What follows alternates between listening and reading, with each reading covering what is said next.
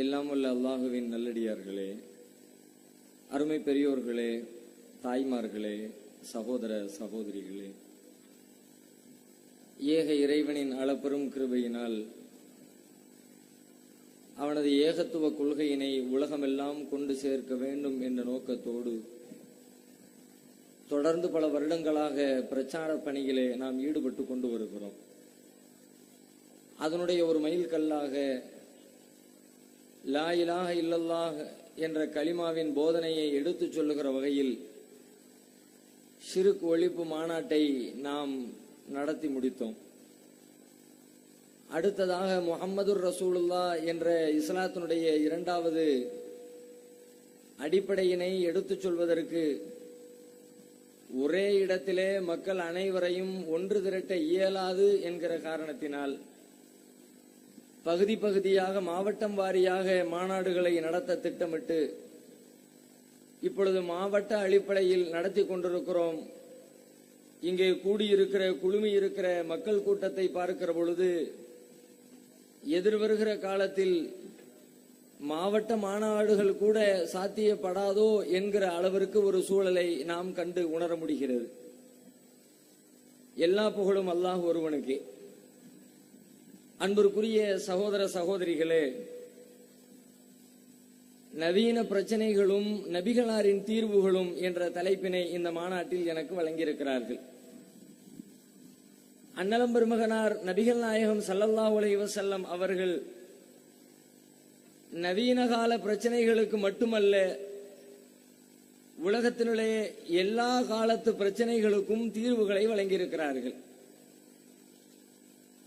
கடந்த காலத்தில் வாழ்ந்த மனிதர்கள் அவர்கள் சந்தித்த பிரச்சனைகளுக்கும் அவர்களிடத்திலே தீர்வு இருந்திருக்கிறது. இன்றைக்கு நாம் வாழ்ந்து கொண்டிருக்கிற காலத்தில் புதிதாக நாம் சந்திக்கின்ற புதிய புதிய பல்வேறு சிக்கல்களுக்கும் நபிகளாரிடத்திலே வழிகாட்டுதல்களும் தீர்வுகளும் முன்வைக்கப்பட்டிருக்கிறது. நம்முடைய காலத்திற்கு பிறகு உலகம் அழிகின்ற காலம் வரை வர இருக்கின்ற மக்கள் என்னென்ன செய்திகளை எல்லாம் தங்களுடைய வாழ்க்கையில் சந்திக்க இருக்கிறார்களோ அவை அனைத்திற்குமான வழிகாட்டுதல்களும் அவற்றிற்குரிய தீர்வுகளும் நபிகளாரிடத்திலே ஏற்கனவே சொல்லி தரப்பட்டிருக்கிறது. எனவே நபிகள் நாயகம் ஸல்லல்லாஹு அலைஹி வஸல்லம் அவர்கள் நாம் வாழுகிற நவீன கால பிரச்சனைகளுக்கு மட்டும் தீர்வு சொன்னவர்கள் அல்ல என்பதை முதலிலே நாம் புரிந்து கொள்ள வேண்டும். அது மட்டும் இல்லாமல் நபிகளார் காட்டிய இந்த தீர்வு என்பது இரண்டு வகையிலே அமைந்திருப்பதை நீங்கள் பார்க்க முடியும். ஒன்று, நேரடியாக தெளிவான வார்த்தைகளில் சொல்லப்பட்ட தீர்வுகள். இன்ன பிரச்சனை இருக்கிறது, அதை இவ்வாறு தீர்த்து கொள்ளுங்கள் என்று நேரடியாக வழிகாட்டி தரப்பட்ட தீர்வுகள் என்பது அது ஒரு வகை. இன்னொரு வகையான தீர்வுகள் உண்டு, நேரடியாக அதிலே வார்த்தைகள் இடம்பெற்றிருக்காது. ஆனால் நாம் திருமறை குர்ஆனையும் நபிகளாருடைய போதனைகளையும் சிந்தித்து பார்க்கிற பொழுது அவற்றிற்கு உள்ளே மறைமுகமாக நாம் சந்திக்கிற பிரச்சனைகளுக்கான தீர்வுகள் இதிலே சொல்லி தரப்பட்டிருக்கும். பொதுவாகவே நவீனமாக உதிக்கின்ற எந்த பிரச்சனைகளாக இருந்தாலும் அவற்றிற்கு உரிய நேரடி வார்த்தைகளுக்கான தீர்வுகளை நபிகளாரிடத்திலே நாம் தேடி பார்க்க இயலாது. ஏனென்றால் அப்படிப்பட்ட நேரடி வார்த்தைகள் சொல்லுகிற கால சூழலில் அவர்கள் வாழ்ந்திருக்கவில்லை. எனவே நபிகள் நாயகம் அவர்கள் ஏதேனும் ஒரு வகையில் நேரடியாகவோ அல்லது மறைமுகமாகவோ மனித வாழ்க்கையில் சிக்கல்களுக்கு தீர்வுகளை வழங்கியிருக்கிறார்கள் என்பதையும் நாம் புரிந்து கொள்ள வேண்டும். அது மட்டும் இல்லாமல் நபிகள் நாயகம் ஸல்லல்லாஹு அலைஹி வஸல்லம் அவர்கள் வழங்கியிருக்கிற அந்த வழிகாட்டுதல்களும் தீர்வுகளும் வெறுமனே ஏதோ தீர்வு சொன்னோம் என்ற அடிப்படையில் சொல்லப்படாமல் அந்த தீர்வுதான் உலகத்திற்கான ஒரே தீர்வாக, மனிதர்களால் கடைபிடிக்கப்படுகிற எளிமையான தீர்வாக, பிரச்சனைகளை முழுமையாக தீர்த்து வைக்கிற முழுமையான தீர்வாக, அதைவிட சிறந்த தீர்வு உலகத்திலே எதுவும் இல்லை என்று கொண்டாட தகுந்த அளவிற்கு அற்புத தீர்வாக, அழகிய தீர்வாக அல்லாஹ்வின் தூதர் அவர்கள் தீர்வுகளை முன்வைக்கிறார்கள். அதற்கு எத்தனையோ பல சான்றுகளை சொல்ல முடியும். இதை நாம் புரிந்து கொள்ள வேண்டிய ஒரு அடிப்படையான செய்தி என்ன என்று கேட்டால், இந்த தீர்வுகளை சொல்லுவது என்பது நாம் சந்திக்கிற பிரச்சனைகளுக்கு நபிகளார் சொன்ன தீர்வு என்ன என்பதை தெரிந்து கொள்வது மட்டும் அதிலே நோக்கமில்லை. மாறாக இந்த தீர்வுகளை அவர்களால் எப்படி சொல்ல முடிந்தது? உலகத்திலே எந்த மனிதராவது இப்படி சொல்லி இருக்கிறாரா? எவ்வளவு பெரிய அறிவுஜீவியாக இருந்தாலும் சரிதான், அவர்கள் உலகத்திற்கு சொல்லக்கூடிய தீர்வுகள் எல்லாமே அவர்கள் வாழுகிற காலத்திற்கான தீர்வுகள் தான். காலம் தாண்டி சிந்திக்கிற அறிவு, ஆற்றல் உலகத்தில் எந்த மனிதனுக்கும் வழங்கப்படவில்லை. நாம் தமிழகத்திலே கொண்டாடுகிற எத்தனையோ தலைவர்களை அதற்கு உதாரணம் சொல்லலாம். நம்மிடத்திலே உருவாக்கி வைக்கப்பட்டிருக்கிற இந்திய அரசியல் சாசன சட்டத்தை அதற்கு உதாரணம் சொல்லலாம். அரசியல் சாசன சட்டம் என்பது பல்வேறு அறிஞர் பெருமக்களால் பல நூற்றுக்கணக்கான நாடுகளில் போடப்பட்டிருந்த சட்டங்களை எல்லாம் படித்து ஆய்வு செய்து அதிலே நமக்கு போதுமானது எது, தேவையானது எது என்பதை எல்லாம் கண்டறிந்து அதிலே சிறந்த தகவல்களை ஒன்றாக தொகுத்து வழங்கப்பட்ட ஒரு புத்தகம் தான் அரசியல் சாசன சட்ட புத்தகம். ஆனால் இந்த அரசியல் சாசன சட்ட விதிகளிலே அவர்கள் தொகுத்து ஒரு 60-70 ஆண்டுகளுக்குள்ளாக எத்தனை திருத்தங்களை நாம் கொண்டு வந்திருக்கிறோம்? வெறும் 70 ஆண்டுகளை கடப்பதற்குள்ளாக 200 திருத்தங்களை கொண்டு வந்திருக்கிறோம். அப்படியானால் அதனுடைய பொருள் என்ன? 200 வருஷத்துக்கு முன்னாடி சொன்னவங்க சரியா சொல்லல, புதிய புதிய பிரச்சனைக்கு தீர்வு சொல்லல, அல்லது சொன்ன விஷயத்தை சரியா சொல்லல, அவங்க காலத்துக்கு தேவைப்பட்டுச்சு, நம்ம காலத்துக்கு தேவைப்படல, சொன்ன செய்தியிலே நடைமுறைப்படுத்துகிற பொழுது வேற சில சிக்கல்கள் உண்டாகிறது. இவற்றையெல்லாம் தொகுத்தவர்கள் யார்? பெரிய அறிவுஜீவிகள். ஒரு அறிவார்ந்த கூட்டம் அமர்ந்து தொகுத்து வழங்கி இருக்கிற ஒரு புத்தகம் கூட 70 ஆண்டுகளை கடந்து நீடித்து நிலைத்து நிற்க முடியவில்லை என்றால், நபிகள் நாயகம் அவர்கள் வழங்கிய தீர்வுகள் 1400 ஆண்டுகளை கடந்து எப்படி நிற்கிறது? அவர் ஒரு மனிதராக, சாதாரண மனிதராக, உலகத்திலே தோன்றிய ஒரு அறிவுஜீவிகளை போன்ற ஒரு சாதாரண அறிவுஜீவியாக நபிகள் நாயகம் அவர்கள் வாழ்ந்திருந்தால் இது சாத்தியமில்லை. பிறகு எப்படி சாத்தியமாயிற்று? அவர்கள் வாழுகிற காலத்திலும் தீர்வு சொன்னார்கள், அதற்கு அடுத்த நூற்றாண்டிற்கும் தீர்வு சொன்னார்கள், 10 நூற்றாண்டுகள் கழித்தும் தீர்வு சொன்னார்கள், இன்றைக்கு 14 நூற்றாண்டுகளை கடந்திருக்கிறோம், இன்றைக்கும் தீர்வு சொல்லுகிறார்கள். அன்றைக்கு சொன்ன தீர்வு இன்றைக்கு பொருந்துகிறது, இனி என்றைக்கும் பொருந்துகிற வகையிலே அது அமைந்திருக்கிறது. எப்படி அமைந்திருக்கிறது? எதனால் அமைந்திருக்கிறது? இதுதான் இந்த தலைப்பிலே நாம் சிந்திக்க வேண்டிய முக்கியமான ஒரு செய்தி. எப்படி அமைந்திருக்கிறது? நபிகள் நாயகம் அவர்கள் வழங்கிய தீர்வுகள் அவர்களுடைய சொந்த சிந்தனையால் வழங்கப்பட்ட தீர்வுகள் அல்ல. இந்த உலகத்தை படைத்தவன் எவனோ, மனிதர்களை படைத்தவன் எவனோ, மனிதனுடைய வாழ்க்கையின் சிக்கல்களை அறிந்தவன் எவனோ, அப்படிப்பட்ட உலகத்தின் சிருஷ்டிகர்த்தாவாக இருக்கிற ஏக பரம்பொருளாக திகழ்கிற படைத்த இறைவனிடமிருந்து அருளப்பட்ட தீர்வுகளாக இருக்கிற காரணத்தினால், அவன் முக்காலத்தையும் அறிந்தவனாக இருக்கிற காரணத்தினால் எல்லா காலத்திற்கும் பொருத்தமான தீர்வுகளை அவர்கள் வழங்குகிறார்கள். அப்படியானால் அவர்கள் அல்லாஹ்வின் தூதர், கடவுளின் தூதர், இறைவனின் தூதர் என்பது இதன் வழியாக நிரூபணமாகிறது. அதைத்தான் நாம் புரிந்து கொள்ள வேண்டும். வெறுமனே தீர்வு என்ன என்பதை தெரிந்து கொள்வது அல்ல தலைப்புடைய நோக்கம். இந்த தீர்வின் வழியாக நாம் கண்டு அடைய வேண்டிய உண்மை என்பது நபிகள் நாயகம் இறைவனின் தூதராக இருக்கிறார்கள், அவர்கள் முஹம்மதுர் ரசூலுல்லாஹ்வாக இருக்கிறார்கள். அவர்கள் காட்டிய வழிதான் சரியான வழியாக இருக்கிறது. அவர்கள் காட்டிய வழியைத்தான் நாம் கடைபிடிக்க வேண்டும். அதை தாண்டி நம்முடைய வாழ்க்கையிலே கடைபிடிக்க தகுந்த வழிகாட்டுதல் எதுவும் இல்லை என்பதை புரிவதற்குத்தான் இந்த தலைப்பே தவிர வெறுமனே தீர்வு என்ன என்பதை தெரிந்து கொள்வதற்கு அல்ல என்பதை அடிப்படையாக உங்கள் மனதிலே பதிய வைத்துக் கொண்டு தீர்ப்பு நம்முடைய தலைப்பிற்குள்ளே நாம் செல்லலாம். நவீன பிரச்சனைகளும் தீர்வுகளும். நவீன பிரச்சனை என்று சொல்வதாக இருந்தால், நவீனமாகவும் இருக்கிற ஒரு பிரச்சனை, ஒரு நீண்ட நெடிய காலமாக நம்மிடத்திலே தீர்க்க முடியாமல் தொடர்ந்து வருகிற ஒரு பிரச்சனை, அந்த பிரச்சனை குறித்து முதலிலே நாம் பார்க்கலாம். அது என்ன பிரச்சனை? பல ஆயிரம் ஆண்டுகளாக தீர்க்க முடியாமல் உலகத்தின் ஆடுகளெல்லாம் தலைவித்து திரிகக்கூடிய ஒரு முக்கியமான ஒரு பிரச்சனை, மனிதனை மனிதன் பிறப்பின் அடிப்படையிலே ஏற்றத்தாழ்வு கற்பிக்கின்ற, பாகுபாடு கற்பிக்கின்ற கொடுமை உலகம் முழுவதிலேயும் பல 100 ஆண்டுகளாக நடைமுறையிலே இருக்கிறது. குறிப்பாக நம்முடைய தேசத்தை எடுத்துக்கொண்டால் சாதியின் அடிப்படையிலே ஏற்றத்தாழ்வுகளை கற்பிக்கிறார்கள். பிறப்பின் அடிப்படையில் இவன் இன்ன சாதியில் பிறந்திருக்கிறான், அவர் உயர்ந்த சாதியில் பிறந்திருக்கிறார், இவர் தாழ்ந்த சாதியில் பிறந்திருக்கிறார், எனவே உயர்ந்தவன் ஆதிக்கம் செலுத்துவான், தாழ்ந்தவன் அடிபட்டு கிடப்பான், உயர்ந்தவனுக்கு சேவகம் செய்வதுதான் தாழ்ந்தவனுடைய படைப்பின் நோக்கம் என்று சொல்லி மனிதனை மனிதன் பாகுபடுத்துகிற, மனிதனுக்கு மனிதன் தொல்லை கொடுக்கிற, மனிதனை மனிதன் கசக்கி பிழிகிற, மனிதனை மனிதனாக கூட மதிக்காத ஒரு மாபெரிய கொடுமை இந்த தேசத்திலே பன்னெடுங்காலமாக தொடர்ந்து நடைபெற்றுக் கொண்டே இருக்கிறது. எந்த அளவிற்கு நடைபெற்றுக் கொண்டிருக்கிறது?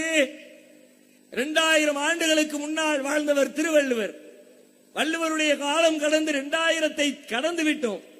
2000 ஆண்டுகளுக்கு முன்னால் அவர் வாழ்ந்த காலத்திலே நம்முடைய தேசத்திலே இந்த சாதிய கொடுமைகளை அவர் பார்க்கிறார். ஏராளமான பிரச்சனைகளுக்கு அவரும் பல செய்திகளை சொல்லி இருக்கிறார், பல நல்ல அறிவுரைகளை வழங்கி இருக்கிறார். ஒரேடியாக திருவள்ளுவரை தூக்கி வைத்து கொண்டாடி விடவும் முடியாது, ஒரேடியாக திருவள்ளுவரை புறந்தள்ளி விடவும் முடியாது. 7 வார்த்தைகளுக்குள்ளே அவர் எடுத்து சொல்லி இருக்கிற கருத்துக்கள் ஏராளம் என்பதை மறுத்து விடவும் முடியாது. அப்படிப்பட்ட வள்ளுவர் வாழுகிற காலம் ஏறத்தாழ 2000 ஆண்டுகளுக்கு முந்தைய காலம். அப்படிப்பட்ட காலத்திலே வள்ளுவர் எழுதுகிறார், பிறப்புக்கும் எல்லா உயிருக்கும் சிறப்பொவ்வா செய்தொழில் வேற்றுமையான். பிறப்புக்கும் எல்லா உயிருக்கும் என்று அவர் ஏன் சொல்ல வேண்டும்? அவர் காலத்தில் சொல்ல வேண்டிய தேவை என்ன? பிறப்பின் அடிப்படையிலே எல்லா உயிர்களும் சமம்தான். அவன் செய்கின்ற காரியத்தை பொறுத்து உயர்வு தாழ்வு கற்பிக்கலாமே தவிர அவனுடைய பிறப்பின் அடிப்படையிலே உயர்வை கற்பிக்க தாழ்வை கற்பிக்க எந்த முகாந்திரமும் இல்லை என்று அன்றைக்கு சொல்லுகிறார் என்றால், அன்றைக்கு தலை விரித்து ஆடிய அந்த கொடுமை, மேல் சாதி கீழ் சாதி கொடுமை 2000 ஆண்டுகளாக இந்த தேசத்திலே தீர்க்கப்படவில்லை. எப்படிப்பட்ட கொடுமை? சர்வ சாதாரணமாக கடந்து போய்விடக்கூடிய கொடுமை அல்ல, மனிதனை மனிதனாக பாவிக்காத கொடுமை. நம்முடைய சமீப காலத்தில் நாம் கண்டிருக்கிற அவலங்கள் எத்தனை! சாதியின் பெயரால் எத்தனை கலவரங்களை கண்டிருக்கிறோம். கொடியன் குலத்தை பார்த்து விட்டோம், மேலவளவை பார்த்து விட்டோம், கர்நாடக படுகொலையை பார்த்து விட்டோம். ஏன் நாம் மாநாடு நடத்தி கொண்டிருக்கிற அருகாமையிலே சிந்து மூந்திரை தாமிரபரணி ஆற்றங்கரையில் 1999 ரத்த ஆறாக ஓடியது. எத்தனை உயிர்கள் கொன்று வீசப்பட்டது, எத்தனை சடலங்கள் தாமிரபரணி ஆற்றிலே மிதந்தது, தண்ணீர் எல்லாம் இரத்தமாக மாறியது. எத்தனை நாட்களுக்கு மரண ஓலம் இந்த தேசத்தை உலுக்கியது. பாராளுமன்றத்திலே விவாதிக்கப்பட்டது, சட்டமன்றத்திலே துக்கம் அனுஷ்டிக்கப்பட்டது. கொடுமையின் பின்னணி என்ன? வேறொன்றுமில்லை, சாதிய ஏற்றத்தாழ்வு. நீ எல்லாம் போராட வந்துட்டியா, நீ எல்லாம் கேட்க வந்துட்டியா, நீ எல்லாம் பெரிய ஆளா? தங்களுடைய உரிமைக்காக குரல் கொடுத்த மக்கள் தாழ்த்தப்பட்டவர்களாக கருதப்படுகிற ஒரே காரணத்திற்காக அவர்களுடைய உயிர்களை பறித்தார்களே. திருமணத்தின் பெயரால் காதல் ஜோடிகள் சாதி விட்டு சாதி மாறி காதலித்து விட்டார் என்கின்ற ஒரே காரணத்திற்காக எத்தனை படுகொலைகள் இந்த தேசத்தில்! தினம் தினம் பத்திரிகைகளில் ஆணவ படுகொலைகள் இடம்பெறாத ஒரு நாள் உண்டா? சுட்டிக்காட்டுங்கள், பார்க்கலாம். எது ஆணவ படுகொலை? என்னுடைய மகள் உயர்ந்த சாதி, அவளை காதலித்தவன் தாழ்ந்த சாதி. தாழ்ந்த சாதிக்கார என் பிள்ளைய காதலிப்பானா? என் பிள்ளையோட குடும்பம் நடத்துவானா? அதை விட என்னுடைய மகளையே வெட்டி கொலை செய்ய தயார் என்று பெற்றெடுத்த பெற்றோர்களின் கரங்களாலே வெட்டி கொல்லப்பட்டிருக்கிற ஆண்கள் எத்தனை, பெண்கள் எத்தனை! கொடுமை இல்லையா? மனிதனாக பிறந்தவனுக்கு இந்த உலகத்திலே வாழ்கிற உரிமை கூட கிடையாதா? அவன் விரும்பியதை தேர்வு செய்யக்கூடிய உரிமை கிடையாதா? அவன் விரும்பிய பெண்ணையோ ஆணையோ மணக்கின்ற உரிமை கிடையாதா? என்ன வாழ்க்கை மனித வாழ்க்கை? சாதியின் பெயரால் அப்படிப்பட்ட கொடுமைகள். கடைசியாக தர்மபுரி படுகொலையை பார்த்தோம். இளவரசன் என்ற அந்த தம்பதியர்கள் ஒரு ஊரே பற்றி எரிந்ததே. பின்னணி என்ன? 2 பேரும் கல்யாணம் செய்து கொண்டதுதான் பிரச்சனையா? இவன் ஒரு சாதி, அவன் வேற சாதி, அதான் பிரச்சனை. என்னடா அநியாயமா இருக்குது, மனுஷன் தானடா. சரி, பிடிக்கலட்டா அதுக்கு பேசி விவாதம் பண்ணி எடுத்து சொல்லி புரிய வை. அவர்களை புரிய வைத்து வென்றெடுப்பதை விட்டுவிட்டு என் சாதிக்காரன் உன் சாதிகளை மனமுடிப்பதை ஏற்க மாட்டேன் என்று கொன்று குவிப்பதை எப்படி ஏற்க முடியும்? ஒரு நாகரிகமான மனித சமுதாயத்தில் இது அரங்கேறக்கூடுமா? அப்படியானால் இவர்கள் தாழ்த்தப்பட்டவர்களாக கருதப்படுகிற மனிதர்களை மனிதர்களாகவே கருதவில்லை என்ற அர்த்தம். நான் கேட்கிறேன், இந்த சாதி ஏற்றத்தாழ்வுகளை தூக்கி பிடித்து அலையக்கூடிய சாதி வெறியர்களை பார்த்து கேட்கிறேன், அதை ஆதரிக்கக்கூடியவர்களை பார்த்து கேட்கிறேன், உங்களுடைய மத நம்பிக்கையின் அடிப்படையிலே கடவுள்தான் சாதியை படைத்தார் என்று உங்கள் மதம் சொல்லுகிறது. எனவே நீங்கள் சாதியை நம்புவதாக சொல்கிறீர்கள் தானே? உங்களுடைய கடவுள் அதை படைத்தார், எனவே நீங்கள் அதை ஏற்றுக்கொள்கிறீர்கள் என்று சொல்லுகிறீர்கள் தானே? நீங்கள் சொல்வது உண்மையாக இருந்தால் உங்கள் மதத்திலே எதையெல்லாம் கடவுளாக கொண்டாடுகிறீர்கள்? ஒரு கணம் நெஞ்சிலே கை வைத்து யோசித்து பாருங்கள். எதுவெல்லாம் உங்களுக்கு கடவுள்? பெருமாளுடைய அவதாரங்களுடைய எத்தனை மிருகங்களை நீங்கள் கடவுளாக வணங்குகிறீர்கள். மச்சாவதாரம் மீனை மச்சாவதாரம் என்ற பெயரால் மீன் உங்களுக்கு கடவுள். மீனை வணங்குகிறீர்கள், கும்பிடுகிறீர்கள். கூர்ம அவதாரம் என்ற பெயரால் ஆமையை கடவுளாக கொண்டாடுகிறீர்கள். வராக அவதாரம் என்ற பெயரால் பன்றியை கடவுளாக கொண்டாடுகிறீர்கள். பைரவ அவதாரம் என்ற பெயரால் நாயை கடவுளாக கொண்டாடுகிறீர்கள். விநாயகரின் வாகனம் என்ற பெயரால் எலியை கடவுளாக கொண்டாடுகிறீர்கள். முருகனின் வாகனம் என்ற பெயரால் மயிலை கடவுளாக கொண்டாடுகிறீர்கள். யானை முகத்தான் என்ற பெயரால் விநாயகரின் பெயரால் யானையை கடவுளாக கொண்டாடுகிறீர்கள். குரங்குகளை ஹனுமனின் பெயரால் கடவுளாக கொண்டாடுகிறீர்கள். எரிகின்ற நெருப்பை அக்னி பகவான் என்று கொண்டாடுகிறீர்கள். வீசுகிற காற்றை வாயு பகவான் என்று கொண்டாடுகிறீர்கள். இதுவெல்லாம் உங்களுக்கு கடவுள். பொழிகின்ற மலையை வர்ண பகவான் என்று கொண்டாடுகிறீர்கள். 6 அறிவு படைத்த 5 அறிவு படைத்த மிருகங்கள், 4 அறிவு படைத்தவை, 3 அறிவு படைத்தவை, 2 அறிவு படைத்தவை, ஓரறிவு படைத்தவை, அறிவே இல்லாதவை அனைத்தையும் கடவுள் கடவுள் என்று கடவுளுடைய ஸ்தானத்திலே தூக்கி வைத்து கொண்டாடுகிற மக்களே, உங்களைப் போல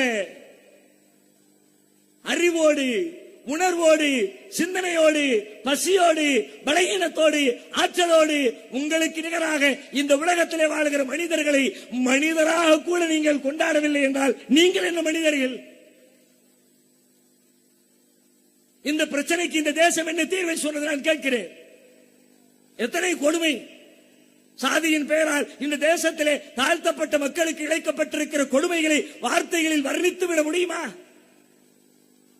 மிருகங்களுக்கு கொடுக்கிற மரியாதை அவர்களுக்கு கொடுக்கப்பட்டிருக்கிறதா? நான் மனிதனாக கேட்கிறேன், மனித உணர்வோடு கேட்கிறேன், மனித நேயத்தோடு கேட்கிறேன். மனிதனை மதிக்க தெரியாத காரணத்தினாலே தானே கடவுளை மறுக்கிற நாத்திகர்கள் இந்த தேசத்தில் உருவாகி இருக்கிறார்கள். வேற என்ன? உண்மையிலே உலகத்தை படைத்த இறைவன் ஒருவன் உண்டு.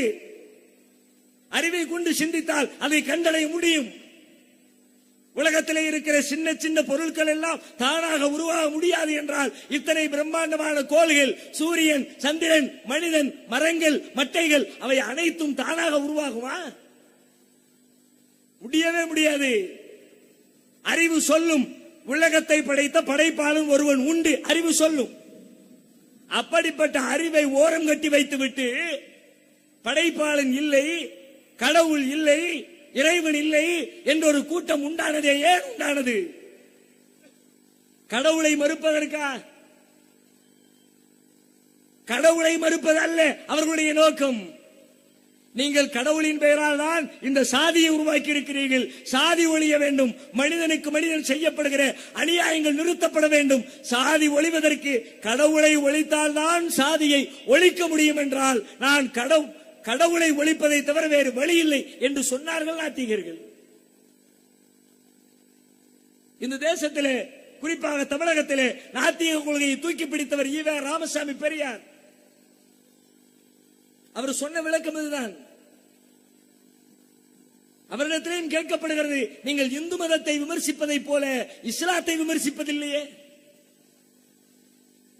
உண்மைதான், மதங்களை விமர்சிப்பது என்னுடைய நோக்கமில்லை. சாதியின் பெயரால் மனிதனை மனிதன் இழிவுபடுத்துகிற கொடுமையை ஒழிக்க வேண்டும், அதுதான் என்னுடைய நோக்கம். இஸ்லாத்திலே சாதி கொடுமை இல்லை, எனவே எனக்கு அது பிரச்சனை இல்லை என்றார்.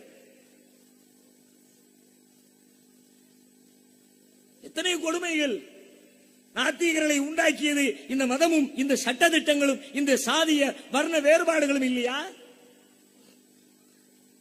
நெஞ்சிலே கை வைத்து யோசியுங்கள். எங்கிருந்து நீங்கள் வானத்திலிருந்து குதித்து விட்டீர்களா? தாழ்த்தப்பட்டவன் தெருவுக்குள்ள வராத, வீதிக்குள்ள வராத, கிணத்துக்குள்ள வராத, தண்ணி எடுக்காத, கோயிலுக்கு வராத. கோவில் என்பது என்ன? கடவுளை வணங்குகிற இடம், ஒரு வணக்க ஸ்தலம், வழிபாட்டு தலம். வழிபாட்டு தலத்திலே கூட மனிதனுக்கு மனிதன் மரியாதை செய்யவில்லை என்றால் வேறு எங்கே செய்ய போகிறீர்கள்? என்னென்ன கொடுமைகள்! எத்தனை ஆண்டு காலம் அடக்கி வைக்கப்பட்ட சமூகம் அவர்கள். கல்வி மறுக்கப்பட்டது அவர்களுடைய சாதியின் பெயரால். கற்க கூடாது என்று தடை விதித்து வைத்திருந்தார்கள். தாழ்த்தப்பட்ட சமூகத்தை சார்ந்தவன் வேத வசனங்களையோ அல்லது அறிவார்ந்த செய்திகளையோ தன்னுடைய காதால் கேட்டுவிட்டால் அவனுடைய காதில ஈயத்தை காய்ச்சி ஊத்தணும்னு வேதம் சொல்லுது. காதுல ஒரு செய்தியை கேட்டுட்டானா?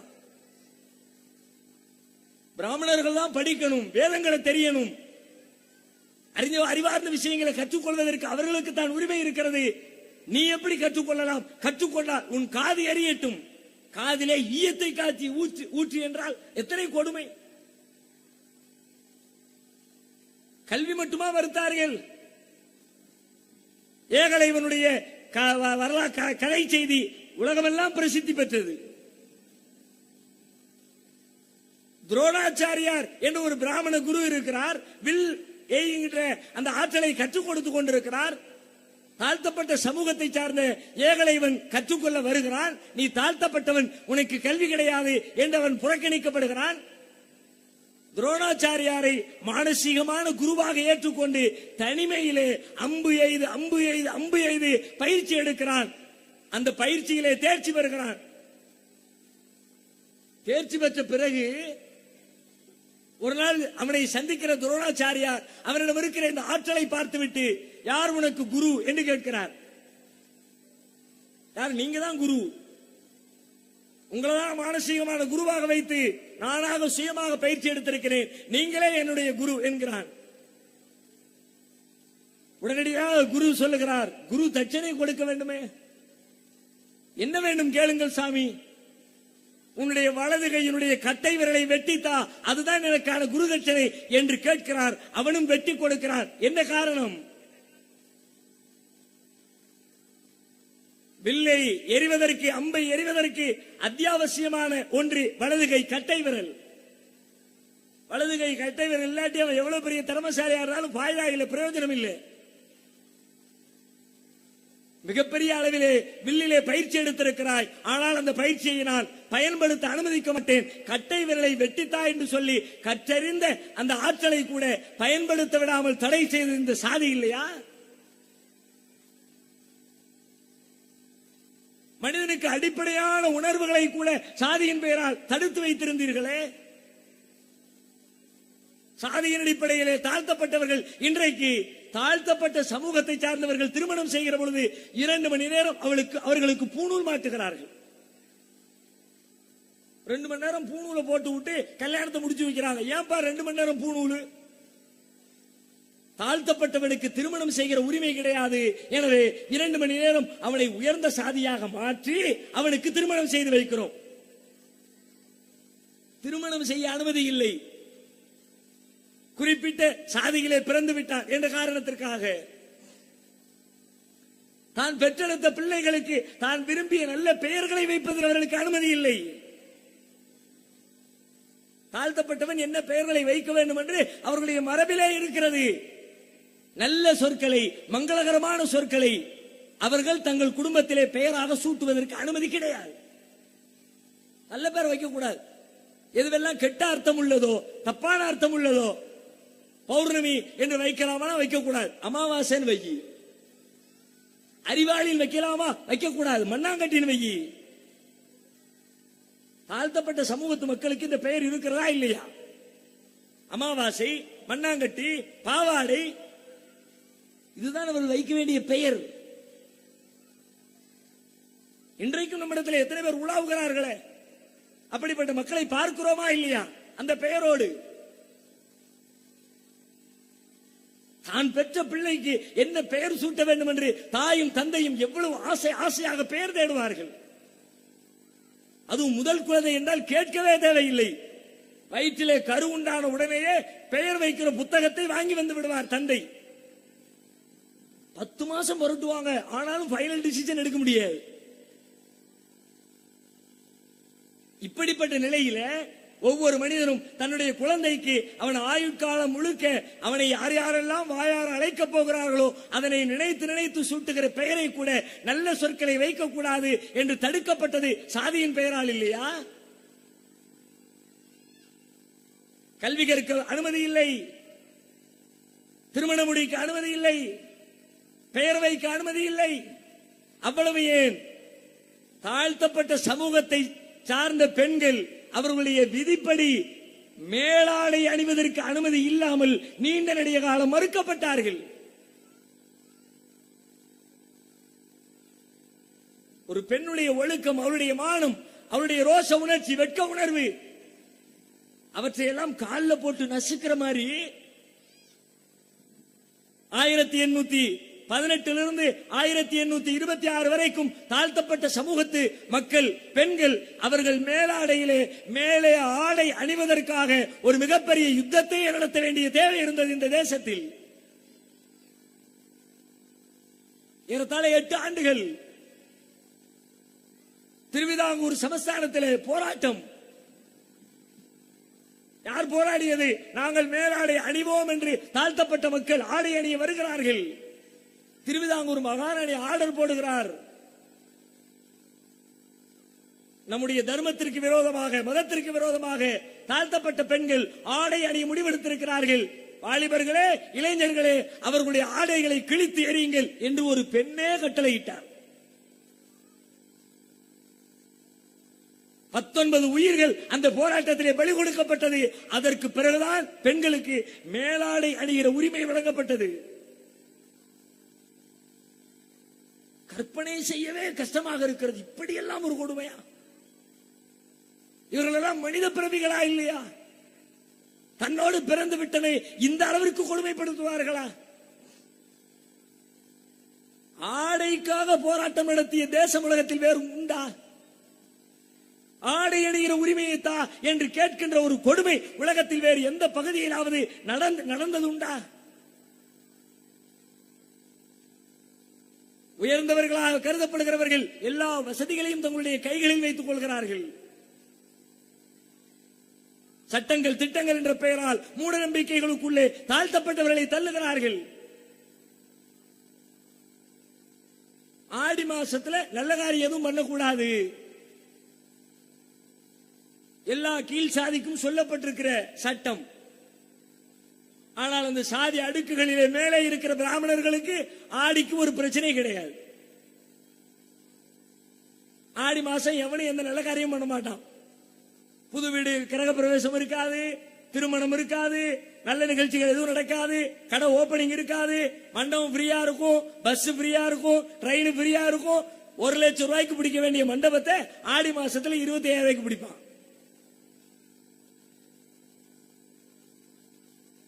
ஆடியில செஞ்சா ஒன்னும் உருப்படாதான். யாருக்கு? மற்றவர்களுக்கு, உயர்ந்த சாதிக்காரர்களுக்கு இல்லை. இப்படி பட்டியலிட்டுக் கொண்டே போகலாம். தாழ்த்தப்பட்டவர்கள் மீது நிகழ்த்தப்படுகிற கொடுமைகள், அநியாயங்கள், அட்டூழியங்கள், இதற்கு என்ன தீர்வு? அதுதான் இப்போதைய பிரச்சனை. தீர்வுக்காக பல்வேறு சட்டங்கள் போட்டு விட்டார்கள். ஒரு சட்டத்தினாலையும் தீர்வை கண்டுபிடிக்க முடியல. நம்ம நாட்டில் சட்டம் இல்லையா? தீண்டாமை கொடுமைக்கு எதிராக கடுமையான தண்டனைகள் இல்லையா? தண்டனைகள் இருக்கிறது, ஆனால் தீண்டாமை ஒழியல. தீண்டாமை ஒழிப்பதற்காக சமத்துவபுரத்தை கட்டினார்கள், சமத்துவபுரம் இருக்கிறது, தீண்டாமை ஒழியல. தீண்டாமலை ஒழிக்கிறோம் என்று சொல்லி சமபந்தி போஜனம் நடத்தினார்கள், சமபந்தி போஜனம் நடந்தது, தீண்டாமை ஒழியல. தீண்டாமைக்கு எதிராக என்னென்ன செய்யப்பட்டதோ எல்லாம் செய்யப்பட்டது, ஆனா நடப்புல தீண்டாமை ஒழியல. எப்படி ஒழிப்பது? ஒரே தீர்வு, நிரூபிக்கப்பட்ட தீர்வு. அகிலத்தின் தூதர் அன்னலம் பெருமகனார் நபிகள் நாயகம் ஸல்லல்லாஹு அலைஹி வஸல்லம் அவர்கள் காட்டுகிற தீர்வு மட்டும்தான் உலகத்திலே இந்த தீண்டாமைக்கு எதிராக, வர்ணாசிரம தர்மத்திற்கு எதிராக, பிறப்பின் அடிப்படையிலே மனிதனை பாகுபாடு கற்பிக்கின்ற இந்த அநியாயங்களுக்கு எதிராக முற்றுப்புள்ளி வைக்கிற ஒரே தீர்வு, ஒற்றை தீர்வு நபிகளார் காட்டுகிற இஸ்லாம் என்ற ஒரே தீர்வு. இங்கே கூடியிருக்கிற கூட்டம் ஒரு சாட்சி. நாமும் இந்த தேசத்திலே வாழ்ந்தவர்கள் தானே, நம்முடைய முன்னோர்களும் இந்த தேசத்து சொந்தக்காரர்கள் தானே. 10 தலைமுறைக்கு பின்னால் 20 தலைமுறைக்கு பின்னால் தேடி பார்த்தால் ஏதோ ஒரு சாதியிலிருந்து வந்தவர்கள் தானே. அரபு நாட்டிலிருந்து குதித்தவர்களா? தேவராக, கவுண்டராக, தலித்தாக, பல்லராக, பறையராக, பஞ்சமனாக, 5ஆம் சாதியாக பல்வேறு ஊர்களில் 5 வர்ணம் என்ற பெயரில் இன்றைக்கு முஸ்லிம்களுடைய பகுதி இருக்கிறது. கன்னியாகுமரியில் எப்படி ஒரு ஏரியா இருக்கிறது, தென்காசியில் அப்படி ஒரு பெரிய மஹல்லா இருக்கிறது. அதே 5 வர்ணம். 4 சாதிகளுக்கு அப்பாற்பட்டு 5ஆம் சாதியாக கடவுளின் நெற்றியிலே பிறந்தவன் பிராமணன், தோளிலே பிறந்தவன் வைசியன், தொடையிலே பிறந்தவன் சத்திரியன், காலிலே பிறந்தவன் சூத்திரன் என்று 4 வர்ணங்களுக்கு பிரித்துவிட்டு கடவுளின் உடலை விட்டு வெளியிலே இருந்தவன் என்று பிரிக்கப்படுகிற பஞ்சமனாக 5ஆம் சாதியாக உருவெடுத்தவர்கள் 5 வர்ணம் என்ற பெயரில் இன்றைக்கும் இருக்கிறார்கள். ஆனால் முஸ்லிம்களாக, சகோதரர்களாக, கண்ணியமான வாழ்க்கையோடு மனிதனை மனிதனாக மதிக்கின்ற ஒரு சமூகத்தில் எப்படி முடிந்தது? நபிகளார் கொண்டு வந்த தீர்வு இஸ்லாம் என்ற தீர்வு. திருமறை குர்ஆன் சொன்னது, யா அய்யுஹன்னாஸ், மனிதர்களே, இன்னா கலக்னாக்கும் மின் தக்கரின் வ உன்ஸா, உங்களை நாம் ஒரு ஆண் ஒரு பெண்ணிலிருந்து படைத்திருக்கிறோம்.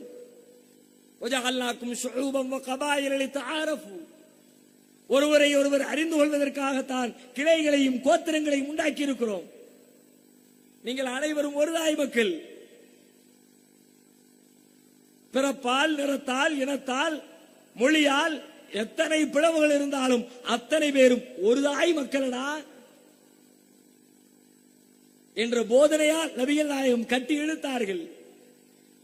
வழிபாட்டு தலத்திலே ஒன்றிணைத்தார்கள். தொழுகைக்காக வந்து நில், அத்தனை பேரும் சமம். கடவுளுக்கு முன்னால் முந்தியவன் முன்னால் இருப்பான், பிந்தியவன் பின்னால் இருப்பான் என்று சமத்துவத்தை கொண்டு வந்தார்கள். சமத்துவம் நிலைநாட்டப்பட்டிருக்கிறது, கண்ணியம் நிலைநாட்டப்பட்டிருக்கிறது, சுயமரியாதை நிலைநாட்டப்பட்டிருக்கிறது.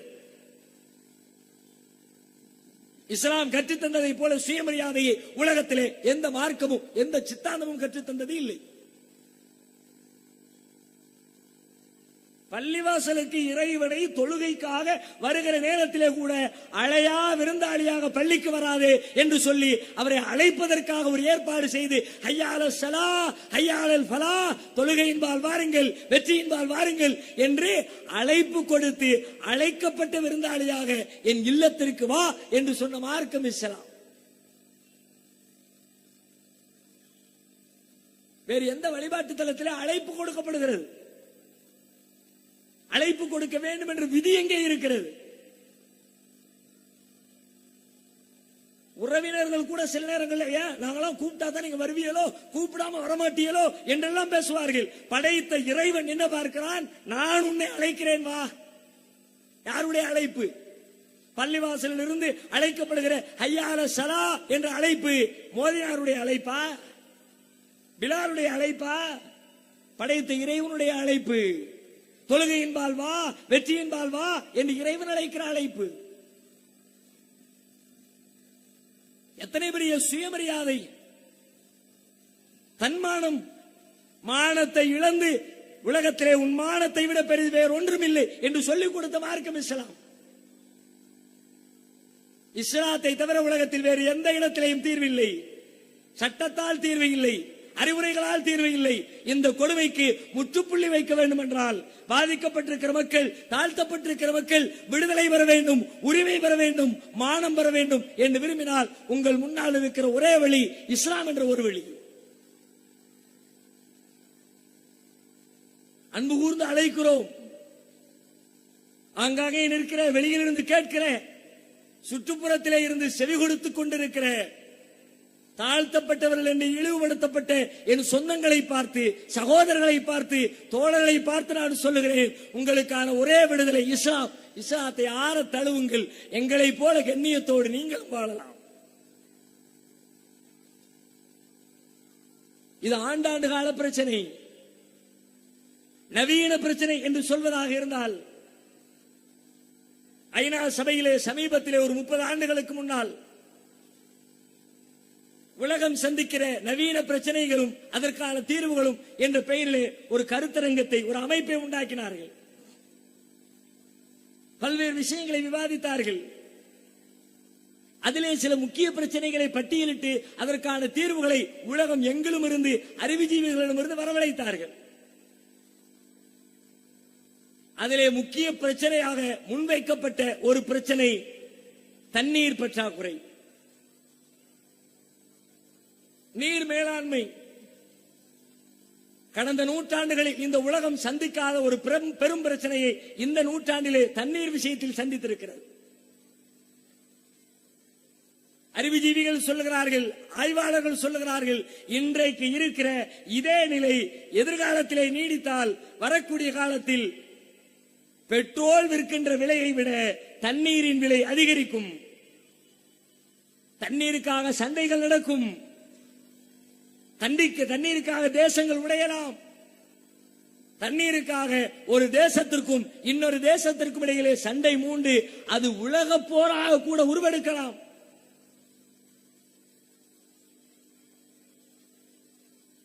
தமிழகத்தின் தென்கோடியிலே இருக்கிற நெல்லை மக்களுக்கு அந்த தண்ணீர் பிரச்சனை அவ்வளவு தூரம் புரிந்திருக்க வாய்ப்பில்லை. என இறைவனின் கிருபையினால் தண்ணீர் என்ற அருள் நம்மை அந்த அளவிற்கு வாட்டி வதைக்கவில்லை. அதிலும் தாமிரபரணி ஆற்றங்கரையிலே இருக்கிறோம். கடும் கோடை காலத்திலே கூட கால் நனைப்பதற்காகவாவது அங்கே இறைவன் தண்ணீரை அலையவிட்டுக் கொண்டிருக்கிறான். ஆனால் தமிழகத்துடைய பல்வேறு கிராமங்கள், இந்தியாவுடைய பல்வேறு மாநிலங்கள், உலகத்திலே இருக்கிற பல முக்கிய தேசங்கள் இந்த தண்ணீர் பற்றாக்குறையால் சிக்கி தவித்துக் கொண்டிருக்கிறார்கள். ஏறத்தாழ இந்தியாவிலே இருக்கிற சில கிராமத்து பெண்கள் ஒரு ஆண்டுக்கு தண்ணீருக்காக மட்டுமே சுமார் 1500 கிலோமீட்டர் நடைபயணம் மேற்கொள்கிறார்கள். ஆய்வுகள் சொல்லக்கூடிய செய்தி. தினம் தினம் தண்ணீருக்காக வேண்டி குடங்களை எடுத்துக்கொண்டு 1500 கிலோமீட்டர் தொலைவிற்கு பயணம் மேற்கொள்ளுகிற ஒரு அவலம் இந்தியாவிலே இருக்கிறது. அன்றைக்கு தண்ணீர் பிரச்சனை குறித்து சமீபத்தில் ஒரு தனியார் தொலைக்காட்சியிலே ஒரு தொகுப்பு ஆவணப்படம் ஒன்றை வெளியிட்டார்கள். மும்பைக்கு அருகிலே இருக்கிற ஒரு கிராமத்தை சார்ந்த பெரியவர் ஒருவர் சொல்லுகிறார், எங்கள் ஊரிலே தண்ணீர், அதற்காக நாங்கள் எதையும் இழக்க தயார். லாரியில் கொண்டு வந்து தண்ணீரை விடுகிறது அரசு. தண்ணி லாரி வந்துருச்சுன்னா எங்க ஊர்ல வேற எதுவுமே நடக்காது. அது மட்டும்தான். திருமண வீடுகளில் மாப்பிள்ளையும் பெண்ணும் அமர்ந்திருப்பார்கள். ஆனால் திருமண வீட்டில் யாரும் இருக்க மாட்டாங்க. தண்ணி லாரி வந்துருச்சு, கிளம்பி வந்துருவாங்க. இன்னொரு நிகழ்வை சொல்லுகிறார். இறந்த பிணத்தை தூக்கி கொண்டு அடக்கம் செய்வதற்காக தோள்களில் தூக்கி ஊர்வலமாக போய்க் கொண்டிருக்கிறோம். வழியிலே திடீரென்று தண்ணீர் லாரி வந்துவிட்டது. தோளில் சுமந்த அந்த பிணத்தை ஓரமாக வைத்துவிட்டு அனைவரும் தண்ணீர் லாரிக்கு பின்னால் ஓடிவிட்டார்கள். எவ்வளவு கொடுமையா இருக்கு யோசிச்சு பாருங்க. இறந்த ஜனாசாவை தோல்ல தூக்கி வச்சுக்கிட்டு அடக்கம் பண்ண போற நேரத்தில் ஐயோ தண்ணி வந்துருச்சு, நம்ம தண்ணி பிடிக்கணுமே, தண்ணி கிடைக்காம போயிருமே என்பதற்காக பிணத்தை ஓரம் கட்டி வைத்துவிட்டு தண்ணீருக்கு பின்னால் அலைகிறார்கள் என்றால் எவ்வளவு தூரம் தண்ணீரால் அவர்கள் வாட்டி வதைக்கப்பட்டுக் கொண்டிருக்கிறார்கள். இப்படி எக்கச்சக்கமா சொல்லலாம் தண்ணீருடைய சிக்கலை, தண்ணீரினால் மனிதர்கள் படுகிற அவஸ்தையை. தண்ணீர் பற்றாக்குறையை தீர்ப்பது எப்படி? உலகமெல்லாம் மூளையை கசக்கி பிழிந்து கொண்டிருக்கிறார்கள். ஆனால் நபிகள் நாயகம் அன்றைக்கே தீர்வை முன்வைத்து விட்டார்கள். நபிகளார் சொன்ன தீர்வை நாம் கடைபிடித்தால் இந்த தண்ணீருக்கு இவ்வளவு சிக்கலுக்கு நாம் அடைய வேண்டிய அவசியம் இல்லை. தண்ணீர் பிரச்சனை பல்வேறு கோணங்களில் பார்க்கப்பட வேண்டிய ஒரு முக்கிய பிரச்சனை. குறிப்பாக இன்றைக்கு இருந்திருக்கிற தண்ணீர் பிரச்சனையுடைய முக்கிய வடிவம் என்ன என்று கேட்டால், தண்ணீரை தேவைக்கு அதிகமாக சில பகுதியில் இருக்கிற மக்கள் வேறு பகுதி மக்களை கவனத்திலே கொள்ளாமல் தேவையை விட அதிகமாக வீணாக விரயம் செய்வது தண்ணீர் பிரச்சனையுடைய முக்கியமான காரணம். இப்ப நம்ம எல்லாம் கொஞ்சம் யோசிச்சு பார்த்தா நமக்கே தெரியும் நம்ம எவ்வளவு தூரம் தண்ணியை வீணாக்குறோம்.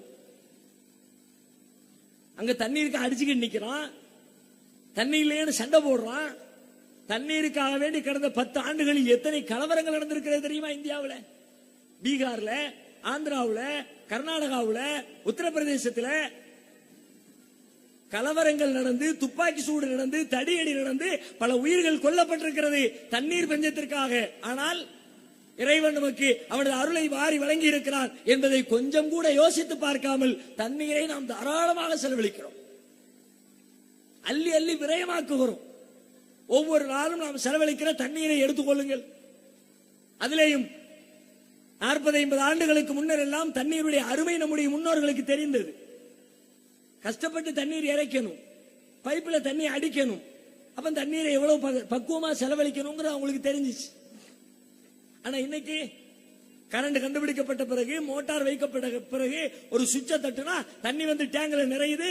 நாம டேப்பை திறந்து தண்ணீரை மளமளமளவென்று செலவழிக்கிறோம். காலையில் பல்ல தேய்க்கிறதுல இருந்து ஆரம்பிங்க. பல்லு தேய்க்கும் போது பேஸ்ட பிரஷ்ல வச்சுட்டு பல்ல தேய்ப்பாரு, அப்ப திறந்து விடுவாரு, அதுல ஒரு 2 லிட்டர் தண்ணி காலி. ஒரு ஜக்கல் எடுத்து வச்சு உபயோகப்படுத்தினால் 1/2 லிட்டர் தண்ணீரை வாய் கொப்பளிக்கலாம்னா, டேப்பை திறந்து விட்டா அந்த பிரஷ கழுவுறதுக்கு கழுவி முடிச்சிட்டு மேல ஒரு டப்பாலத்துக்கு போடுவாரு, தண்ணி ஓடிக்கிட்டே இருக்கும். பல் துலக்குவதிலே தண்ணீர் விரையும், குளிப்பதிலே தண்ணீர் விரையும்.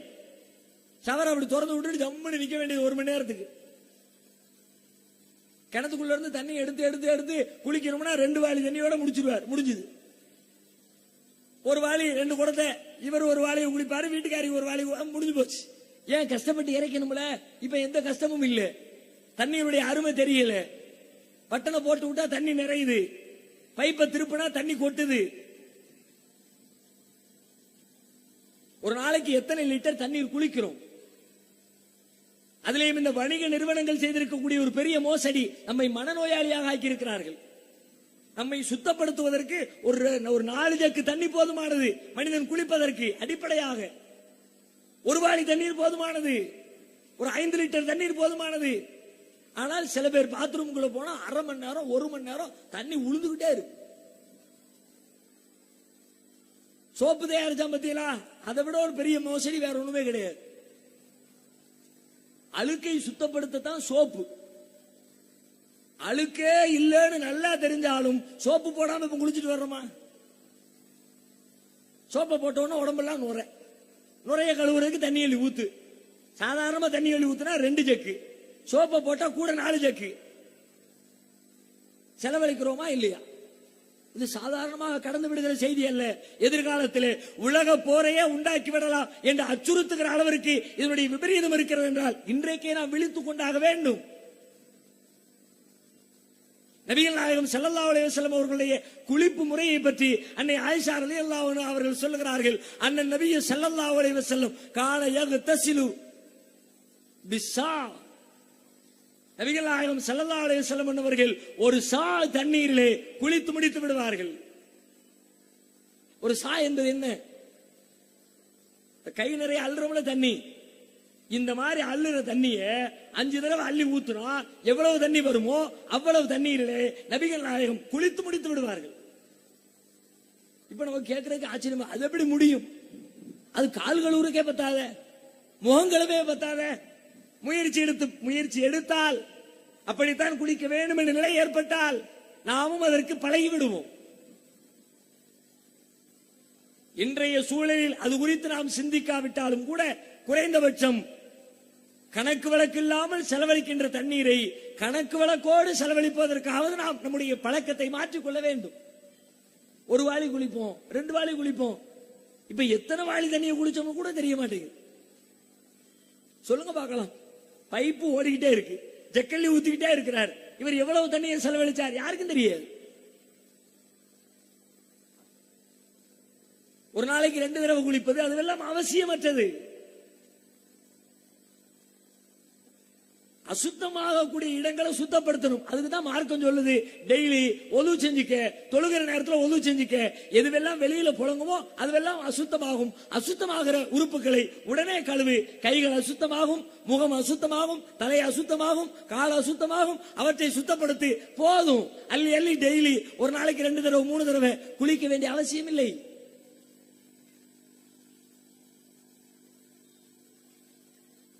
குளிப்பதின் பெயரால் தண்ணீரை விரயம் செய்கிறோம்.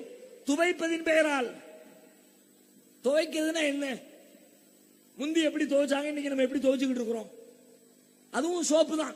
பஞ்சாயத்து அங்கதான். அவன் வியாபாரம் பண்றதுக்காக வேண்டி போட்டு பாரு, ஒரு நிறைய நுர வரும், அப்படி இருக்கும் இப்படி இருக்கும்னு டிவியில விளம்பரம் போட போட போட இருக்கிற சோப்பை பூரா கொண்டு வந்து வீட்டில் டெஸ்ட் பண்ண வேண்டியது. எங்கே அழுக்கு இருக்கிறதோ அங்கே சோப்பை பயன்படுத்தி சுத்தப்படுத்த வேண்டும். ஒரு ஆம்பளையுடைய சட்டை இருக்குதா, காலில் அழுக்கு இருக்கும், அங்க சோப்பு தேவை. கையுடைய கப்புல அழுக்கு இருக்கும், அங்கே தேவை. குறிப்பிட்ட சில தொழில் செய்கிறவர்களுக்கு அந்த குறிப்பிட்ட இடங்களில் அழுக்கு இருக்கும், அங்கே சோப்பு தேவை. ஆனா சோப்பு கட்டி எடுத்து தேய் தேய் தேயின்னு மேல இருந்து கீழே வரைக்கும் 1க்கு 7 தடவை தேய்ச்சி நுரையாக்கி அந்த நுரையை கழுவுறதுக்கு 10 தடவை வாளி மாறி தண்ணியை ஊத்தி நுர போற வரைக்கும் அந்த கழுவணும்னு முடிவெடுத்து எத்தனை வாளி தண்ணி காலி பண்றோம் யோசிச்சு பாருங்க. நபிகளார் அவர்களுடைய உடலில் ஏற்பட்ட அசுத்தத்தை கழுவுவதை பற்றி நபிகள் நாயகத்துடைய மனைவி சொல்லுகிறார்கள். அசுத்தம் பட்ட இடத்தை விரலால் சுரண்டி விடுவார்கள், நீரால் கசக்கி விடுவார்கள். முடிஞ்சு போச்சு. அழுக்கத்தானே சுத்தப்படுத்துறோம். லேசா அழுக்கப்பட்ட இடத்தை கழுவுனமா, சோப் போட்டோமா, மொத்தமா மொத்தத்தை தண்ணியில முக்கிட்டு எடுத்தோமா, முடிஞ்சு போச்சு. மொத்த ஆடைகளையும் திரும்ப திரும்ப சோப்பிலே நனைக்கிற பொழுது நுரை அதிகரிக்கிறது. நுரையை கழுவுவதற்கு தண்ணீர் அதிகரிக்கிறது. பல் துலக்குவதிலே விரயம், குளிப்பதிலே விரயம், துவைப்பதிலே விரயம், எல்லா வகையிலேயும் தண்ணீரை விரயம் செய்து கொண்டிருக்கிறோம். திருமறை குர்ஆன் சொல்லுகிறது, குலு வஷ்ரபு வலா துஸ்ரிஃபு இன்னஹு லா யுஹிப்புல் முஸ்ரிஃபீன். உண்ணுங்கள், பருகுங்கள், வீண் விரயம் செய்யாதீர்கள். வீண் விரயம் செய்பவர்களை அவன் நேசிக்க மாட்டான், அல்லாஹ் விரும்ப மாட்டான். தேவைக்கு பயன்படுத்த தப்பு இல்லை, தேவையில்லாம விரயம் பண்ணனா 1000 பேர் பயன்படுத்த வேண்டிய தண்ணீரை 50 பேர் பயன்படுத்துவது அநியாயம் இல்லையா? ஒரு மீட்டர் தண்ணீருக்காக வேண்டி நூற்றுக்கணக்கான கிலோமீட்டர்களுக்கு நடையாய் நடந்து கொண்டிருக்கிற நேரத்திலே என்னிடத்திலே தண்ணீர் இருக்கிறது என்பதற்காக வேண்டி அதை அள்ளி செலவழிப்பது அநியாயம் இல்லையா? கொஞ்சம் யோசித்து பாருங்கள். இப்படி விரயத்தை கட்டுப்படுத்தினால் பற்றாக்குறையில் இருந்து நம்மை நாம் காப்பாற்றிக் கொள்ள முடியும். நேரடியாக இன்னும் சொல்ல போனால் இஸ்லாமிய மார்க்கத்திலே ஒது செய்வது என்பது மார்க்க வழிபாடுகளில் ஒன்று. இந்த ஒதுவை பற்றி நபிகளார் சொல்லுகிறார்கள். ஒவ்வொரு தொழுகைக்கு நீங்க ஒது செய்யுங்க, ஒது செய்யற முறைகளை எல்லாம் சொல்லி தர்றாங்க. ஒரு தடவை தண்ணீரை கொண்டு உருப்ப கழுவு, அல்லது 2 தடவை கழுவு, இல்லைன்னா 3 தடவை கழுவு. 3 தடவை கழுவி விட்டு நபிகளார் சொல்லுகிறார்கள், ஹாக்கதால் உது, இதுதான் உது செய்யற மெத்தேடு.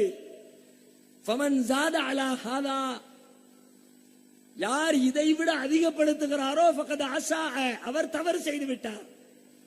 ஒத்த அத்தா, வரம்பு மீறி விட்டார். ஓ லலம, அநியாயம் செய்து விட்டார்.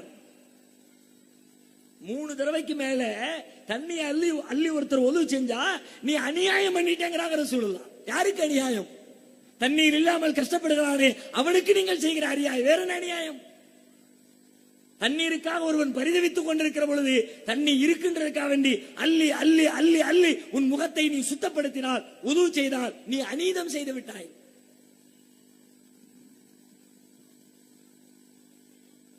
எவ்வளவு நுணுக்கமாக நபிகள் நாயகம் ஸல்லல்லாஹு அலைஹி வஸல்லம் தண்ணீர் பிரச்சனைக்கு தீர்வு சொல்லுகிறார்கள் என்று யோசித்து பாருங்கள்.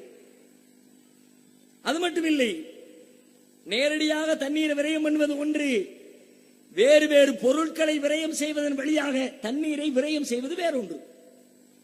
இன்னொன்று என்ன? நாம் உண்ணுகிற உணவை விரயம் செய்கிறோம். சாப்பிடும் பொழுது தேவையில்லாம தேவைக்கு அதிகமா உணவுகளை தயாரிப்பது, மிச்சமாயிடுச்சு அள்ளி கொண்டு குப்பையில கொட்டுவது. திருமண வீடுகள் எல்லாம் கேட்க வேண்டிய அவசியமே இல்லை. 200 பேர் வர்ற இடத்துல 500 பேருக்கு சாப்பாடாக்கி எல்லாத்தையும் கொண்டு போய் குப்பையில கொட்டுறது நடக்குதா இல்லையா? நபிகள் நாயகம் ஸல்லல்லாஹு அலைஹி வஸல்லம் சொன்னார்கள், நீங்கள் உணவு சமைக்கிற பொழுது அளந்து சமையுங்கள், தேவைக்கு ஏற்ப சமையுங்கள். 10 பேர் வந்தா 10 பேருக்கு தகுந்த மாதிரி, 8 பேர் இருந்தா 8 பேருக்கு தகுந்த மாதிரி, 100 பேர் இருந்தா 100 பேருக்கு தகுந்த மாதிரி. உங்கள்கிட்ட பணம் இருக்கிறது என்பதற்காக பணத்துமுறை காட்டுகிற வகையில் தேவையில்லாமல் அள்ளி உணவை சமைத்து விடாதீர்கள். அதிலே இறைவனின் அருள் இருக்காது. அல்லாஹ்வுடைய பரக்கத்து உங்களுடைய உணவுல வேணும்னா நீங்க உணவை தேவைக்கேற்ப அளந்து சமையுங்கள். விரயம் பண்ணாதீங்க, சாப்பாட்டை வீணாக்காதீங்க. ஒருவேளை நீங்கள் சாப்பிடுகிற பொழுது ஒரு கவள உணவு கீழே விழுந்து விட்டால் இதா வகஅத் லுக்மத்து அஹதிக்கும் ஃபல்யஹுதுஹா, ஒரு கவள உணவு கீழே விழுந்து விட்டால் அதை அப்படியே விட்டுவிட வேண்டாம், அதை எடுத்துக்கொள்ளட்டும். இதிலே கூட தண்ணீர் சிக்கனம் பேசப்படுகிறது. எப்படி தண்ணீர் சிக்கனம்? தண்ணீர் என்பது நாம் நினைத்துக் கொண்டிருப்பதை போல நேரடியாக மட்டும் தண்ணீர் பயன்படுத்தப்படுவதில்லை, மறைமுகமாகவும் பல பொருட்களில் தண்ணீர் இருக்கிறது. உதாரணமா நம்ம உண்ணக்கூடிய உணவுப் பொருட்களை எடுத்துக்கங்க. எல்லா உணவுப் பொருளிலேயும் குறிப்பிட்ட அளவு தண்ணீர் இருக்கிறது. தண்ணி இல்லாம உணவுப் பொருட்களை விளைவிக்க முடியாது. ஒரு கத்திரிக்காய் இருந்தாலும் சரி, ஒரு வெண்டைக்காய் இருந்தாலும் சரி, ஒரு மிளகாவா இருந்தாலும் சரி, ஒரு இறைச்சியா இருந்தாலும் சரி, எதுவாக இருந்தாலும் அதை உற்பத்தி செய்வதற்கு பல ஆயிரக்கணக்கான லிட்டர் தண்ணீர் பயன்படுத்தப்பட்டிருக்கிறது. நீங்கள் விரயம் செய்தால் ஒரு கத்தரிக்காய் விரயம் செய்வேன், ஆனா அந்த ஒரு கத்தரிக்காவை தயார் பண்றதுக்கு நூற்றுக்கணக்கான லிட்டர் தண்ணீர் செலவழிக்கப்பட்டிருக்குமே. கத்தரிக்காய் தூக்கி போடப்பட்டால் 100 லிட்டர் தண்ணீர் கொட்டப்படுவதாக அர்த்தம். அறிவியலாளர்கள் இதை விர்ச்சுவல் வாட்டர், மறை நீர் என்று அழைக்கிறார்கள். மறைந்திருக்கிறது, நேரடியா தெரியாது தண்ணி. ஆனா அந்த தண்ணி இருந்தா தான் அது உண்டாகும். நாமக்கல்லில் இருந்து முட்டை உற்பத்தி ஆகி நாடு முழுவதும் விற்பனை செய்யப்படுகிறது, வெளிநாடுகளுக்கு ஏற்றுமதி செய்யப்படுகிறது. 4 ரூபா 5 ரூபா கொடுத்து ஒரு முட்டையை வாங்கிட்டு வர்றோம், அவிக்கிறோம், சாப்பிடுறோம். தேவைக்கு போக முட்டை மிச்சம் இருக்குன்னு தூக்கி தூர போட்டுறோம். ஒரு முட்டையை தயாரிப்பதற்கு ஆகக்கூடிய தண்ணீர் செலவை பற்றி அறிவியலாளர்கள் கணித்து சொல்லுகிறார்கள். ஒரு முட்டையை உற்பத்தி செய்ய அதனுடைய உற்பத்திக்காக ஏறத்தாழ 200 லிட்டர் தண்ணீர் தேவைப்படுகிறது. ஒரு முட்டையின் பின்னணியில 200 லிட்டர் தண்ணி. முட்டையை தூக்கி தூர போட்டா 200 லிட்டர் தண்ணியை தூக்கி தெருவில் ஊத்துறீங்கன்னு அர்த்தம். ஒரு கப் காஃபி குடிக்கிறோமே, டீ சாப்பிடுறோம், காஃபி சாப்பிடுறோம். ஒரு கப் காஃபியை பற்றி அறிவியலாளர்கள் சொல்லுகிறார்கள். அந்த காஃபியை அல்லது அந்த தேயிலையை ஒரு 10 இலை 15 இலை அளவிற்கு அந்த தேயிலை தூள் இருக்கிறதா? அதற்காக விதை விதைத்து அதை செடியாக்கி அதை நட்டு அதை வளர்த்து பல மாதங்கள் அதை காப்பாற்றி பல மாதங்களுக்கு அதை தண்ணீர் ஊற்றி ஒரு குறிப்பிட்ட பருவத்திலே இலையை பறித்து அதை தேயிலையை காய வைத்து அதற்கு பிறகு அதை பாக்கெட்டிலே அடைத்து உங்கள் வீட்டிலே கொண்டு வந்து கொடுக்கிறார்கள். நீங்கள் ஒரு ஸ்பூன் அள்ளி போட்டு ஒரு கப் காஃபியை ரெடி பண்றீங்க. ஒரு கப் காஃபியில ஏறத்தாழ 140 லிட்டர் தண்ணீர் மறைந்திருக்கிறது. அதுல இருக்கிற நம்ம கண்ணுக்கு தெரிகிறது ஒரு கப்பு தான், அதுல இருக்கிறது ஒரு கப்பு தண்ணி தான். ஆனால் அந்த தேயிலையை உண்டாக்குவதற்கு, காஃபியை உண்டாக்குவதற்கு அதன் பின்னணியிலே ஒரு டம்ளருக்கு 140 லிட்டர் தண்ணீர் செலவழிக்கப்பட்டிருக்கிறது என்றால் காஃபியை தூர ஊத்தலாமா? டீயை தூர ஊத்தலாமா? சாப்பாடை வேஸ்ட் ஆக்கலாமா? உணவு பண்டங்களை கீழே போடலாமா?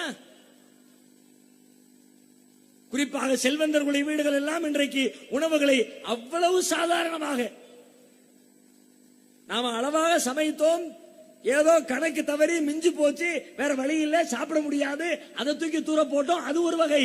ஆனால் தெரிந்து கொண்டே 4 சாப்பாடு 4 ஐட்டம் தான் திங்க முடியும், 40 ஐட்டத்தை செஞ்சு வச்சா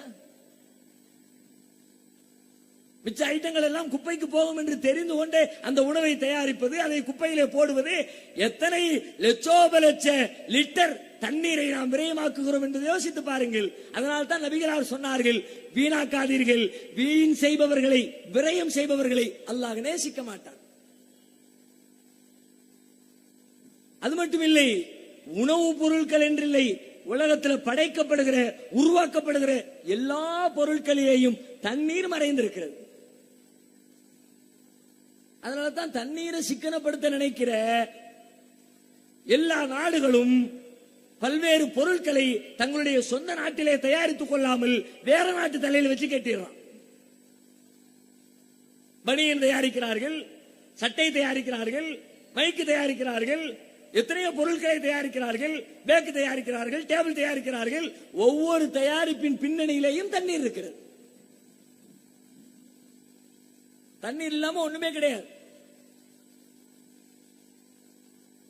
இஸ்ரேல் நாட்டில் தண்ணீர் பற்றாக்குறை வந்த பொழுது ஆரஞ்சு பழத்தை ஏற்றுமதி செய்வதை அந்த தேசம் தடை செய்துவிட்டு ஆரஞ்சு பழத்தை உற்பத்தி செய்யாத வெளிநாட்டில இருந்து இறக்குமதி பண்ணிக்கேன்னு அந்த நாட்டில் இன்னைக்கு ஒரு சட்டம் வச்சிருக்கிறான். இஸ்ரேல் நாடு என்பது எக்கச்சக்கமான பொருட்களை கண்டுபிடித்து உலகத்திற்கு வாரி வழங்கி இருக்கிற ஒரு தேசம். புதிய புதிய கண்டுபிடிப்புகளுக்கு சொந்தக்காரர்கள். ஒரு ஆரஞ்சு பழத்தை உற்பத்தி செய்வது அவர்களுக்கு ஒரு பெரிய வேலை கிடையாது. ஆனால் இஸ்ரேலில் சட்டம் போட்டு வச்சிருக்கிறோம், ஆரஞ்சு பழத்தை உற்பத்தி பண்ணாத வெளிநாட்டில இருந்து இறக்குமதி பண்ணிக்க. ஏன்னா ஒரு ஆரஞ்சு பழத்தை தயாரிப்பதற்கு 50 லிட்டர் தண்ணீர் தேவைப்படுகிறது. வெளிநாட்டில இருந்து இறக்குமதி பண்ணிட்டேன்னு வச்சுக்க, பழத்துக்கு பழமுமாச்சு, பழத்தோட சேர்த்து தண்ணியும் கிடைச்ச மாதிரி ஆயிடுச்சு. உன் நாட்டில் இருக்கிற தண்ணீரை மிச்சப்படுத்தி கொண்டாய், வேறு முக்கியமான தேவைகளுக்கு அந்த தண்ணீரை பயன்படுத்தலாம். எனவே ஆரஞ்சு பழ தயாரிப்புக்கு இஸ்ரேலில் தடை.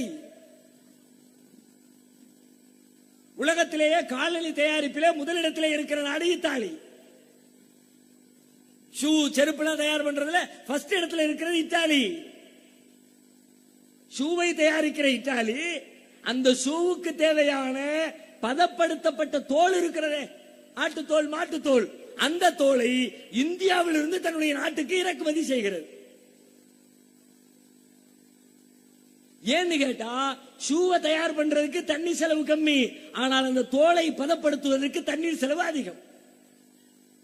அவன் நாட்டு தண்ணியை மிச்சப்படுத்தணும்னு நினைக்கிறான். என்ன பண்றான்? எந்த நாட்டில் தலையில வச்சு கட்ட முடியுமா கட்டு, இந்தியாவில் கட்டு.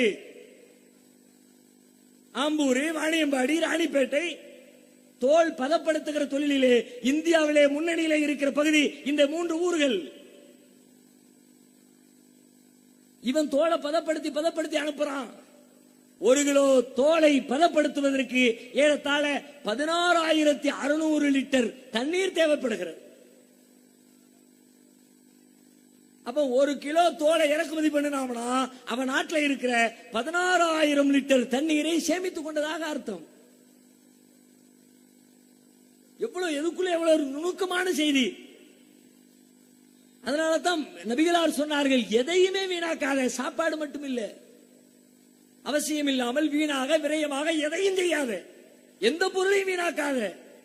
ஒவ்வொரு பொருள் ஒவ்வொருவருக்கு தேவைப்படலாம், பயன்படுத்துகிறவர் பயன்படுத்தட்டும், தேவையில்லாமல் வீணெடுத்து விட வேண்டாம் என்று சொல்லி வீண் விரயத்திற்கு எதிராக நபிகளார் போர்க்குடி தூக்குகிறார்கள் என்று சொன்னால் அதற்குள்ளே தண்ணீர் பற்றாக்குறைக்கான தீர்வு இருக்கிறது என்பதை நாம் புரிந்து கொள்ள வேண்டும். அதை தாண்டி நீங்கள் சிந்தித்து பார்த்தால் இந்த தண்ணீரால் எழுகிற இன்னொரு முக்கியமான பிரச்சனை, நாட்டிலே தண்ணீர் இல்லாமல் ஒரு பகுதி சிக்கல் என்றால், தண்ணீர் வந்தாலும் தமிழகம் சிக்கலிலே தவிக்கிறது. தண்ணீருக்காக வேண்டி தமிழகம் படுகிற பாடு அலாதியான பாடு. விவசாயிகள் எல்லாம் இன்றைக்கு தற்கொலை செய்து கொள்கிறார்கள் என்றால் காரணம் என்ன? விளைவிப்பதற்கு தேவையான தண்ணீர் இல்லை. வானம் பொய்த்து விட்டது, காவிரியிலிருந்து தண்ணி கிடைக்கல, முல்லை பெரியாறு தண்ணீர் கிடைக்கல, கிருஷ்ணா நதி தண்ணீர் கிடைக்கல.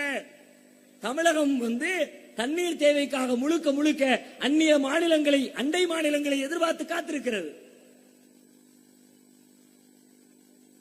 ஆனால் உண்மையில தமிழகம் இயற்கையில் அதற்கு பெய்யக்கூடிய மழை அளவை வைத்து பார்க்கிற பொழுது அடுத்த மாநிலத்திலே கையேந்துகிற அளவிற்குத்தான் நாம வறட்சியோடு இருக்கிறோமா, மழை குறைவாக பெறுகிறோமா என்று கேட்டால் கிடையவே கிடையாது.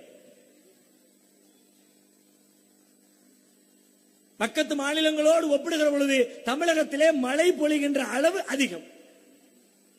நாம எந்த மாநிலத்திலே கையேந்தி கடன் கேட்கிறோமோ, கர்நாடகத்தை விட, அந்த ஆந்திரத்தை விட, அந்த கேரளத்தை விட தமிழகத்திலே தண்ணீரின் சராசரி அளவு அதிகம். உலகத்தினுடைய ஒட்டுமொத்த மழையின் சராசரி 840 மில்லிமீட்டர். மொத்த உலகத்தில் உள்ள சராசரியான மழை அளவு ஆண்டுக்கு 840 மில்லிமீட்டர். கர்நாடகத்தில் 732 மில்லிமீட்டர் மழை பொழிகிறது ஆண்டுக்கு. ஆந்திராவிலே 908 மில்லிமீட்டர் மழை பொழிகிறது ஆண்டுக்கு. தமிழகத்திலே 925 மில்லிமீட்டர் மழை பொழிகிறது ஆண்டுக்கு. இவ்வளவு தண்ணீரை மழை நீராக பெறுகிற நாம் ஏன் அண்டை மாநிலங்களிடத்திலே கையேந்தி காத்திருக்கிறோம்? அது மட்டுமில்லை, இந்த தண்ணீரை சேர்த்து வைப்பதற்காக செய்யப்பட்ட ஏற்பாடுகள் நம்முடைய மாநிலத்திலே அதிகம். என்ன பிரச்சனை என்று கேட்டால், வானிலிருந்து பொழியக்கூடிய அந்த மழைகளை எல்லாம் சேமித்து பாதுகாத்து குளங்களிலே, ஏரிகளிலே, ஊரணிகளிலே பாதுகாப்பாக வைத்து பயன்படுத்த வேண்டிய வேலையை தமிழகம் செய்ய தவறிவிட்டது. நம்முடைய முன்னோர்கள் தண்ணீரின் அருமையை தெரிந்திருந்த காரணத்தினால் அதை பாதுகாப்பதற்கு நிறைய ஏற்பாடுகளை செஞ்சிருந்தார். இன்றைக்கு இருக்கிற அரசின் கணக்குப்படி தமிழகத்தில் இருக்கிற ஏரிகளின் மொத்த அளவு 39,202 ஏரிகள். தமிழ்நாட்டில் மட்டும் இருக்கிற தண்ணீரை சேமிக்கிற ஏரிகளின் எண்ணிக்கை அரசாங்கத்தின் இன்றைய கணக்குப்படி 39,202 ஏரிகள், 3000 கோயில் குளங்கள், 5000 ஊரணிகள். இவற்றிலே சேமிக்கப்படுகிற மழை நீருடைய அளவு என்ன தெரியுமா? 390 டிஎம்சி தண்ணீர். தமிழ்நாட்டில் இருக்கிற மொத்த அணைக்கட்டுகளில் சேமிக்கப்படுகிற தண்ணீரை விட ஏரிகளிலும் குளங்களிலேயும் கோயில் குளங்களிலேயும் ஊரணிகளிலேயும் சேர்க்கப்படுகிற தண்ணீருடைய அளவு அதிகம். மொத்த அணைக்கட்டுகளில் 243 டிஎம்சி தான் சேமிக்கிறோம். ஆனால் இந்த குளங்களில் 390 டிஎம்சி சேமிக்க முடியும். ஒரு டிஎம்சிங்கிறது எவ்வளவு? 100 கோடி கன அடி ஒரு டிஎம்சி. அப்படி 390 டிஎம்சி. இந்த தண்ணீர் தமிழகத்திற்கு இருந்தால் ஜாம் ஜாம் என்று தண்ணீரை பயன்படுத்தலாம், தேவைகளை நிறைவேற்றலாம், 3 போகம் விளைவிக்கலாம். நம்முடைய தேவை போக எஞ்சியதை பக்கத்து மாநிலங்களுக்கு தானமாக கொடுக்கலாம். ஆனால் ஏன் கையேந்துகிறோம்?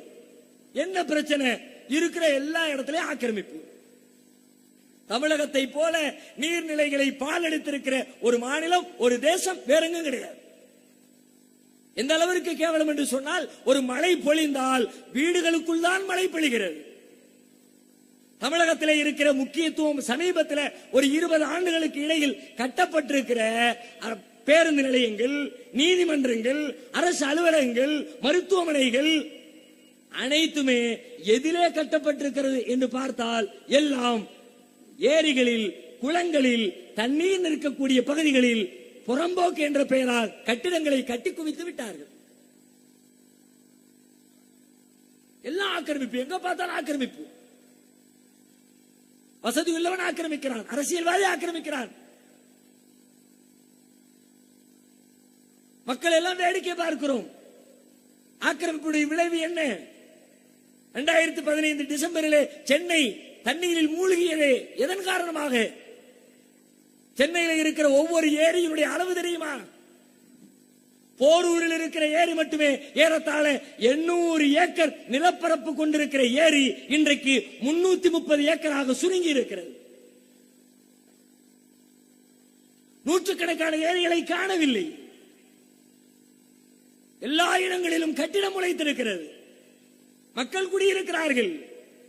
வெள்ளத்திலே மொத்த சென்னை தத்தளித்தது. நாம் இறங்கி வேலை செய்தோம், அது வேறு செய்தி. இறைவனுடைய கிருபையினால் இறைவன் நல்லதொரு வாய்ப்பை கொடுத்தான் நமக்கு, அதிலே பணியாற்றுகிற ஒரு வாய்ப்பை. இன்னைக்கும் கண்ணுக்கு முன்னாடி அப்படியே நிற்கிறது. பாதிக்கப்பட்ட மக்களுக்காக நீங்கள் அள்ளி கொடுத்த பொருட்களை வீதி வீதியாக கொண்டு சேர்க்கிற பொழுது கிடைத்த மன நிறைவு இருக்கிறது. ஒவ்வொரு நாளும் கண்டெய்னர் கண்டெய்னராக பாதிக்கப்பட்ட மக்களுக்கு உணவுகளை கொண்டு போய் விநியோகம் செய்தோம். உணவு கொடுத்தோம், உடை கொடுத்தோம், பால் கொடுத்தோம், கொசுக்கடிக்கு கொசுவத்தி கொடுத்தோம், அனைத்து வகையான தேவைகளையும் பூர்த்தி செய்தோம். அனைத்தும் போக நீங்கள் கொடுத்த தொகையிலே ஏறத்தாழ 33 கோடி ரூபாய் வெள்ளத்திலே பாதிக்கப்பட்ட கடலூர், சென்னை, திருவள்ளூர், காஞ்சிபுரம் மக்களுக்காக இறைவனின் கிருபையினால் அள்ளி கொடுத்தோம். அரசாங்கத்தின் சார்பில் பாதிக்கப்பட்டவர்களுக்கு 5000 கொடுத்தார்கள். தௌஹீத் ஜமாத்தின் சார்பில் பாதிக்கப்பட்ட குடும்பங்களுக்கு 10,000 கொடுத்தோம்.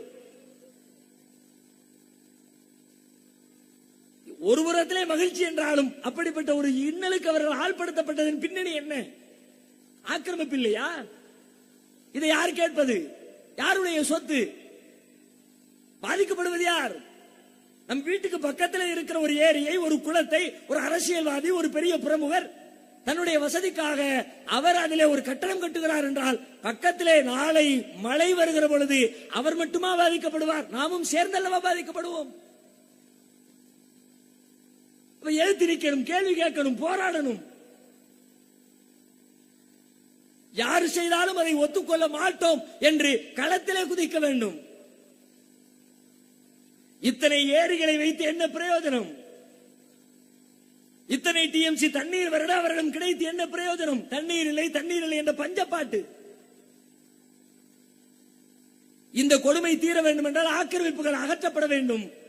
நபிகள் நாயகம் சொன்னார்கள், உனக்கு சொந்தமில்லாத ஒரு இடத்தை ஒரு ஜான் அளவிற்கு, ஒரு துண்டளவிற்கு நீ எடுத்துக்கொண்டாலும் நாளை மறுமையிலே அதே போல 7 பூமிகளை உன் கழுத்திலே மாட்டியவாறு நாளை மறுமையில் நீ எழுப்பப்படுவாய். ஆக்கிரமிப்பிற்கு எதிரான எச்சரிக்கை.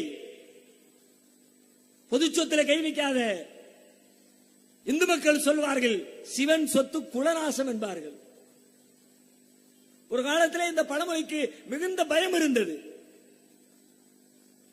ஆனால் இன்றைக்கு யாரிடத்தில் பயம் இருக்கிறது? அடுத்தவன் சொத்தா இருந்தாலும் பரவாயில்லை, அரசாங்க சொத்தா இருந்தாலும் பரவாயில்லை, எனக்கு தேவை, எனக்கு வசதி, நான் ஆக்கிரமிப்பேன்.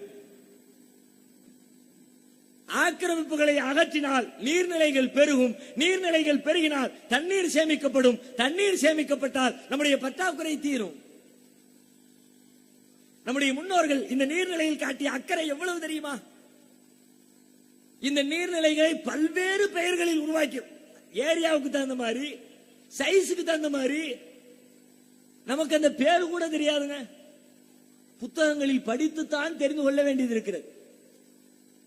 நம்ம தமிழர்கள், தமிழ் முன்னோர்கள் தண்ணீரை சேமிப்பதற்காக செய்து வைத்த ஏற்பாடுகள் இருக்குது. அதுக்காக அவங்க செஞ்சு வச்ச ஒவ்வொன்றுக்கும் ஒவ்வொரு பேர் வச்சிருக்கிறான். அந்த பேரை கூட நாம மறந்துட்டோம். எத்தனை பேர்கள், எத்தனை வடிவங்கள் தெரியுமா? பெருசா இருந்தா ஒண்ணு, சிறுசா இருந்தா ஒண்ணு, நீளத்துல இருந்தா ஒண்ணு, அகலத்துல இருந்தா ஒண்ணு, விவசாய பூமிக்கு பக்கத்துல இருந்தா ஒரு பேரு, அதை விட்டு தூரத்துல இருந்தா ஒரு பேரு, விவசாய பூமிக்கு நடுவில் இருந்தா ஒரு பேரு, பகுதி வாரியாக, சைஸ் வாரியாக விதவிதமாக நீர்நிலைகளை உண்டாக்கிய சமுதாயத்தின் பாரம்பரியம் தண்ணீருக்காக காத்து கிடக்கிறது. அடுத்த மாநிலங்களை எதிர்பார்த்திருக்கிறது. எத்தனை பெயர்கள்? இளஞ்சி, வாவி, நளினி, கயம், கண்மாய், ஏரி, கோட்டகம், கேணி, குளம், மலங்கன், கிடங்கு, குட்டம், வட்டம், தடாகம், மடை, ஓடை, பொய்கை, சலந்தரம், போய்கிட்டே இருக்கு. நமக்கு ஏரிக்கும் குளத்துக்கும் வித்தியாசம் தெரியாது. அதிகபட்சமா கிணறுக்கு மட்டும் வித்தியாசம் தெரியும். குட்டைனா எது தெரியாது, வாய்க்கால்னா எது தெரியாது, மறுகால்னா எது தெரியாது, பாசன வாய்க்கால் எது தெரியாது.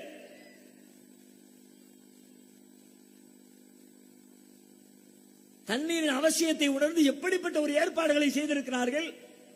கொஞ்சம் கூட அக்கறை இல்லாமல் அனைத்தையும் பாழ்படுத்திவிட்டு, வெள்ளம் வந்தால் எப்படி பாதுகாப்பது, வறட்சி வந்தால் எப்படி சமாளிப்பது, அனைத்திற்கும் தீர்வு இருந்திருக்கிறது. எல்லாவற்றையும் தொலைத்து விட்டோம். நவீனம் நவீனம் என்ற பெயரால் முன்னோர்களுக்கு ஒன்றுமில்லை, அவர்கள் அறியாதவர்கள், அவர்கள் படிக்காதவர்கள், புதிய கண்டுபிடிப்புகள் குறித்து தெரியாதவர்கள் என்று நம்முடைய முன்னோர்களை ஒன்றும் விவரம் தெரியாத பாமரராக சித்தரித்து நவீனத்திற்குள்ளே புகுந்து நம்முடைய அறிவுபூர்வமான பழமையை இழந்திருக்கிறோம். உலகத்தினுடைய பல்வேறு நாடுகளுக்கு விவசாயத்தை சொல்லிக் கொடுத்த பூமி இந்த தமிழகம் தெரியுமா? தாய்லாந்தில் ஒரு வகையான சாகுபடி இருக்கிறது. அந்த சாகுபடிக்கு பேர் என்ன தெரியுமா? மதராஸ் சாகுபடி. இன்றைக்கும் தாய்லாந்தில் நடப்பில இருக்கிற ஒரு வகை சாகுபடி மதராஸ் சாகுபடி. என்னப்பா மதராஸ் சாகுபடி? 1948 தாய்லாந்திற்கு இந்தியாவிலே இருந்து விவசாயம் குறித்த சில விஷயங்களை கற்றுத்தருவதற்காக 4 பேரை இந்தியா அனுப்பி வைக்கிறது. அதிலே 3 பேர் தமிழகத்தை சார்ந்தவர்கள், ஒரே ஒருத்தர் வங்காளி. அங்கு போய் அங்குள்ள மக்களுக்கு தமிழகத்துடைய விவசாய முறைகளை சொல்லிக் கொடுக்கிறார். அதுவரைக்கும் ஒரு ஏக்கருக்கு 1/2 டன் மகசூல் பார்த்த தாய்லாந்து அதற்கு பிறகு ஒரு ஏக்கருக்கு 4 டன் மகசூல் பார்க்கிறது. இன்றைக்கு வரைக்கும் தலையில் தூக்கி வைத்து கொண்டாடுகிறார்கள் தாய்லாந்துக்காரர்கள், எங்களுக்கு விவசாயத்தை சொல்லிக் கொடுத்த முன்னோர்கள் தமிழர்கள் என்று. ஆனால் தமிழகத்தில் இன்றைக்கு விவசாயத்திற்கு மதிப்பில்லை. விவசாயி போராடுகிறான், விவசாயி நிர்வாணமாக சுத்துகிறான், தான் வாங்கிய கடனை தள்ளுபடி செய் என்று சொல்லி பல்வேறு வகைகளில் கோமாளித்தனமான போராட்டங்களில் ஈடுபடுகிறான். மத்திய அரசு செவி கொடுக்க மறுக்கிறது. நாட்டில் என்ன நடக்கிறது? இப்படி உலகத்திற்கே பாடம் நடத்தியவன், விவசாயம் கற்றுக் கொடுத்தவன், அந்த பரம்பரையா இப்படி விவசாயத்திற்கு உரிய நிலங்களை எல்லாம் விற்பனை செய்துவிட்டு நாகரீகம் என்ற பெயரால் நகரங்களிலே குடியேறி கொண்டிருக்கிறோம். யோசித்து பாருங்கள். இதோ நம்முடைய தாமிரபரணி ஆற்றங்கரையில போய்கொண்டே இருந்தால் தூத்துக்குடி மாவட்டத்தில் ஆழ்வார் திருநகரி என்ற ஒரு ஊர் இருக்கிறது. தாமிரபரணி ஆற்றின் நடுவிலே ஒரு கல் மண்டபம் ஒன்று இருக்கிறது ஆழ்வார் திருநகரியிலே. அது கல் மண்டபத்திற்கு பெயரே சங்கு மண்டபம் என்று பெயர். கடந்த 100 ஆண்டுகளாக அந்த மண்டபம் பயன்பாட்டில் இல்லை, ஆனால் மண்டபம் இருக்கிறது. அது என்ன சங்கு மண்டபம்? 3 புறம் ஓபனா இருக்கும், பின்பக்கத்தில் சுவர் இருக்கும், கல் சுவர், எல்லாமே கல்லால் கட்டப்பட்ட கட்டிடம். பின்னால் இருக்கிற கல் சுவருடைய மேல உச்சியில சங்கு போன்ற வடிவத்திலே ஒன்றை கட்டி இருக்கிறார்கள்.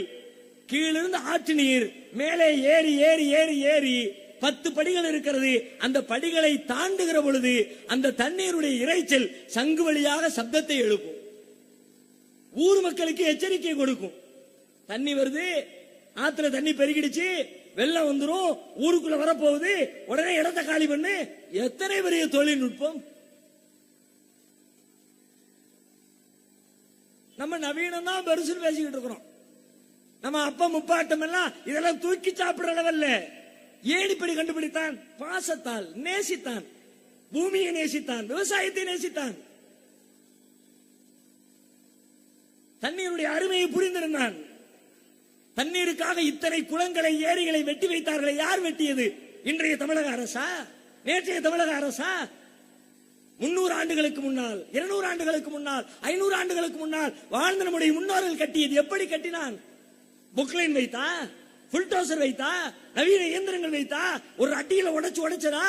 கடப்பாறையால், மண்வெட்டியால், தலையிலே மண் சுமந்து தன்னுடைய எதிர்கால சந்ததிக்காக வெட்டி வைத்து சென்ற ஏரிகளும் குளங்களும் இன்றைக்கு ஆக்கிரமிப்பிலே, வெள்ளத்திலே மக்கள் மூழ்கி கிடக்கிறார்கள்.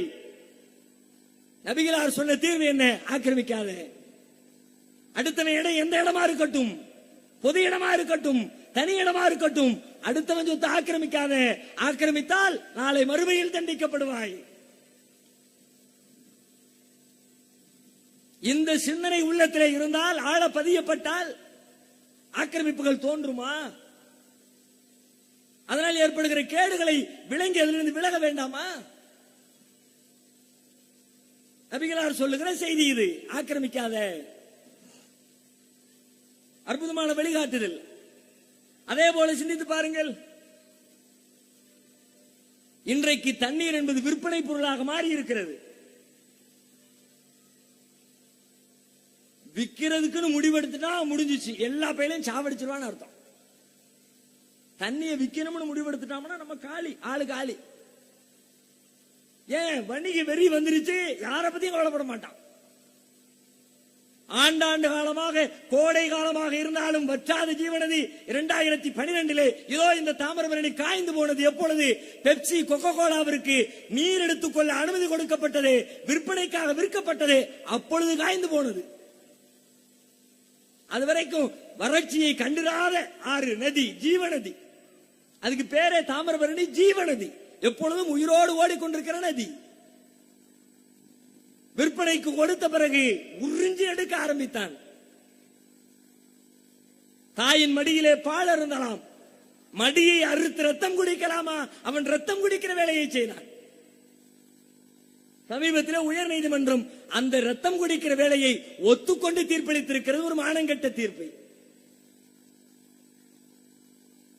தண்ணீரை விற்பனை பொருளாக்கி ஒரு தண்ணீர் இருக்கிற பகுதியை பராமரிப்பதிலே நம்முடைய அரசிடத்தில் இருக்கிற அலட்சியத்தை யோசித்து பாருங்கள். ஒரு ஏரி இருக்குன்னு வச்சுக்குவோம். கர்நாடகத்தில் வேற வேற மாநிலத்தில் ஏரி பராமரிப்புக்கு என்று தனி கமிஷன் இருக்கிறது, அமைப்பு இருக்கிறது, அரசாங்கத்தில் தனியான துறை இருக்கிறது. ஆனா தமிழ்நாட்டில் ஒரு ஏரி எடுத்துக்கிட்டா ஏரியில 1000 பஞ்சாயத்து. ஏரியுடைய அந்த மண் இருக்கு பத்தியா, மண்ணு, அந்த மண்ணில் ஒரு பிரச்சனையா யாருப்பா வருவா? கனிம வளத்துறை வரும்.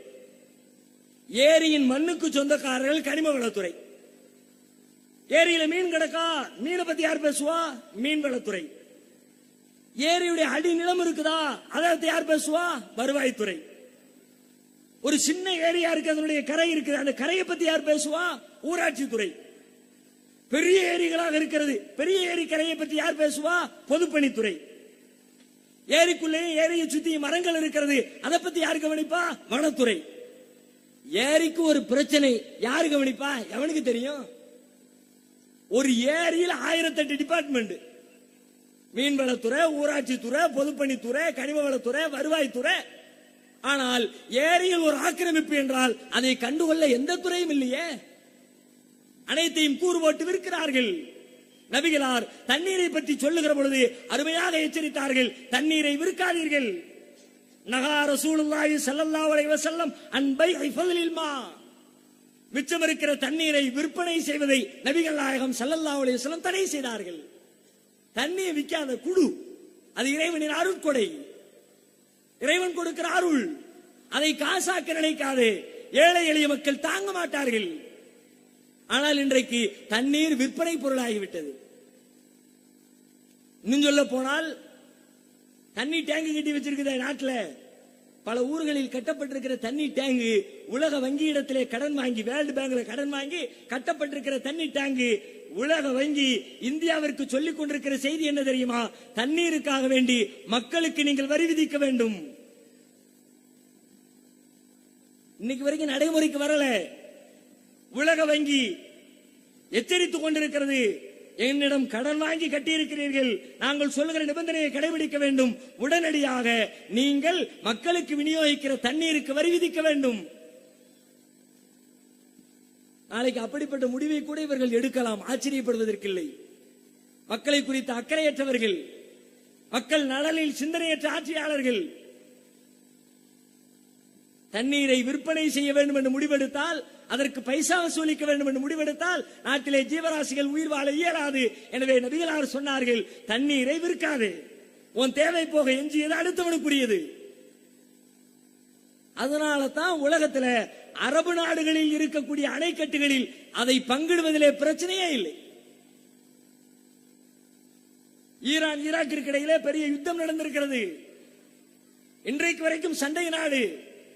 ஆனால் 2 நாடுகளும் பகிர்ந்து கொள்கிற தண்ணீரில் சண்டை இல்லை. ஆனா நமக்கு பக்கத்தில் இருக்கிற காவிரி ஆத்துல இருந்து தண்ணீர் எடுப்பதிலே சண்டை, முல்லை பெரியாறிலே சண்டை, கிருஷ்ணா நதியிலே சண்டை, நாட்டுக்குள்ளே மாவட்டத்திற்கு மாவட்டம் சண்டை. முஸ்லிம்கள் இருக்கிற பகுதியில், முஸ்லிம் நாடுகளில் கட்டப்பட்டிருக்கிற எந்த ஒரு அணைக்கட்டுகளிலும் தண்ணீரை பங்கிடுவதில் பிரச்சனை எழுந்ததே இல்லை. போர்க்காலங்களில் கூட எழுந்ததில்லை. காரணம், நபிகளார் சொன்ன வழிமுறை, தண்ணீரை தடுக்காதே, தண்ணீரை விற்காதே என்ற 2 தடைகளை கடைபிடிக்கிறார்கள். பிரச்சனை இல்லாமல் வாழ்க்கையை நடத்துகிறார்கள். இது போல இந்த தண்ணீருக்குள்ள இன்னும் பல சிக்கல் இருக்கிறது. ஒவ்வொன்றையும் தனித்தனியாக ஆய்வு செய்ய வேண்டும் என்றால் பல மணி நேரங்கள் தேவைப்படுகிற ஒரு தலைப்பு. ஆனாலும் நாம் அடிப்படையாக புரிந்து கொள்ள வேண்டிய செய்தி என்ன? நபிகள் நாயகத்தினுடைய தீர்வு எவ்வளவு அழகாக, ஆக்கிரமிப்பினால் எழுகிற தீர்வை அதற்குரிய வார்த்தைகளை சொல்லி சரி செய்கிறார்கள். விரயத்தினால் ஏற்படுகிற பிரச்சனைகளை அதற்குரிய போதனைகளை சொல்லி சரி செய்கிறார்கள். சாதிய பிரச்சனைகளை அதற்குரிய போதனைகளின் மூலம் சரி செய்கிறார்கள். இப்படி இவை மட்டுமல்ல, எந்த பிரச்சனைகளை நபிகளார் முன்னால் கொண்டு நிறுத்தினாலும் அவர்கள் அதற்கு தீர்வு சொல்லுகிறார்கள்.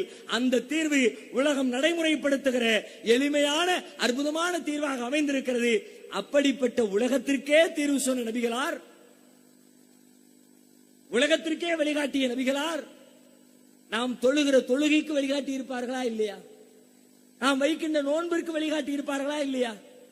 நம்முடைய ஹஜ்ஜுக்கும் நம்முடைய ஜக்காத்திற்கும் தெளிவான வழிகாட்டுதல்களை முன்வைத்திருப்பார்களா இல்லையா?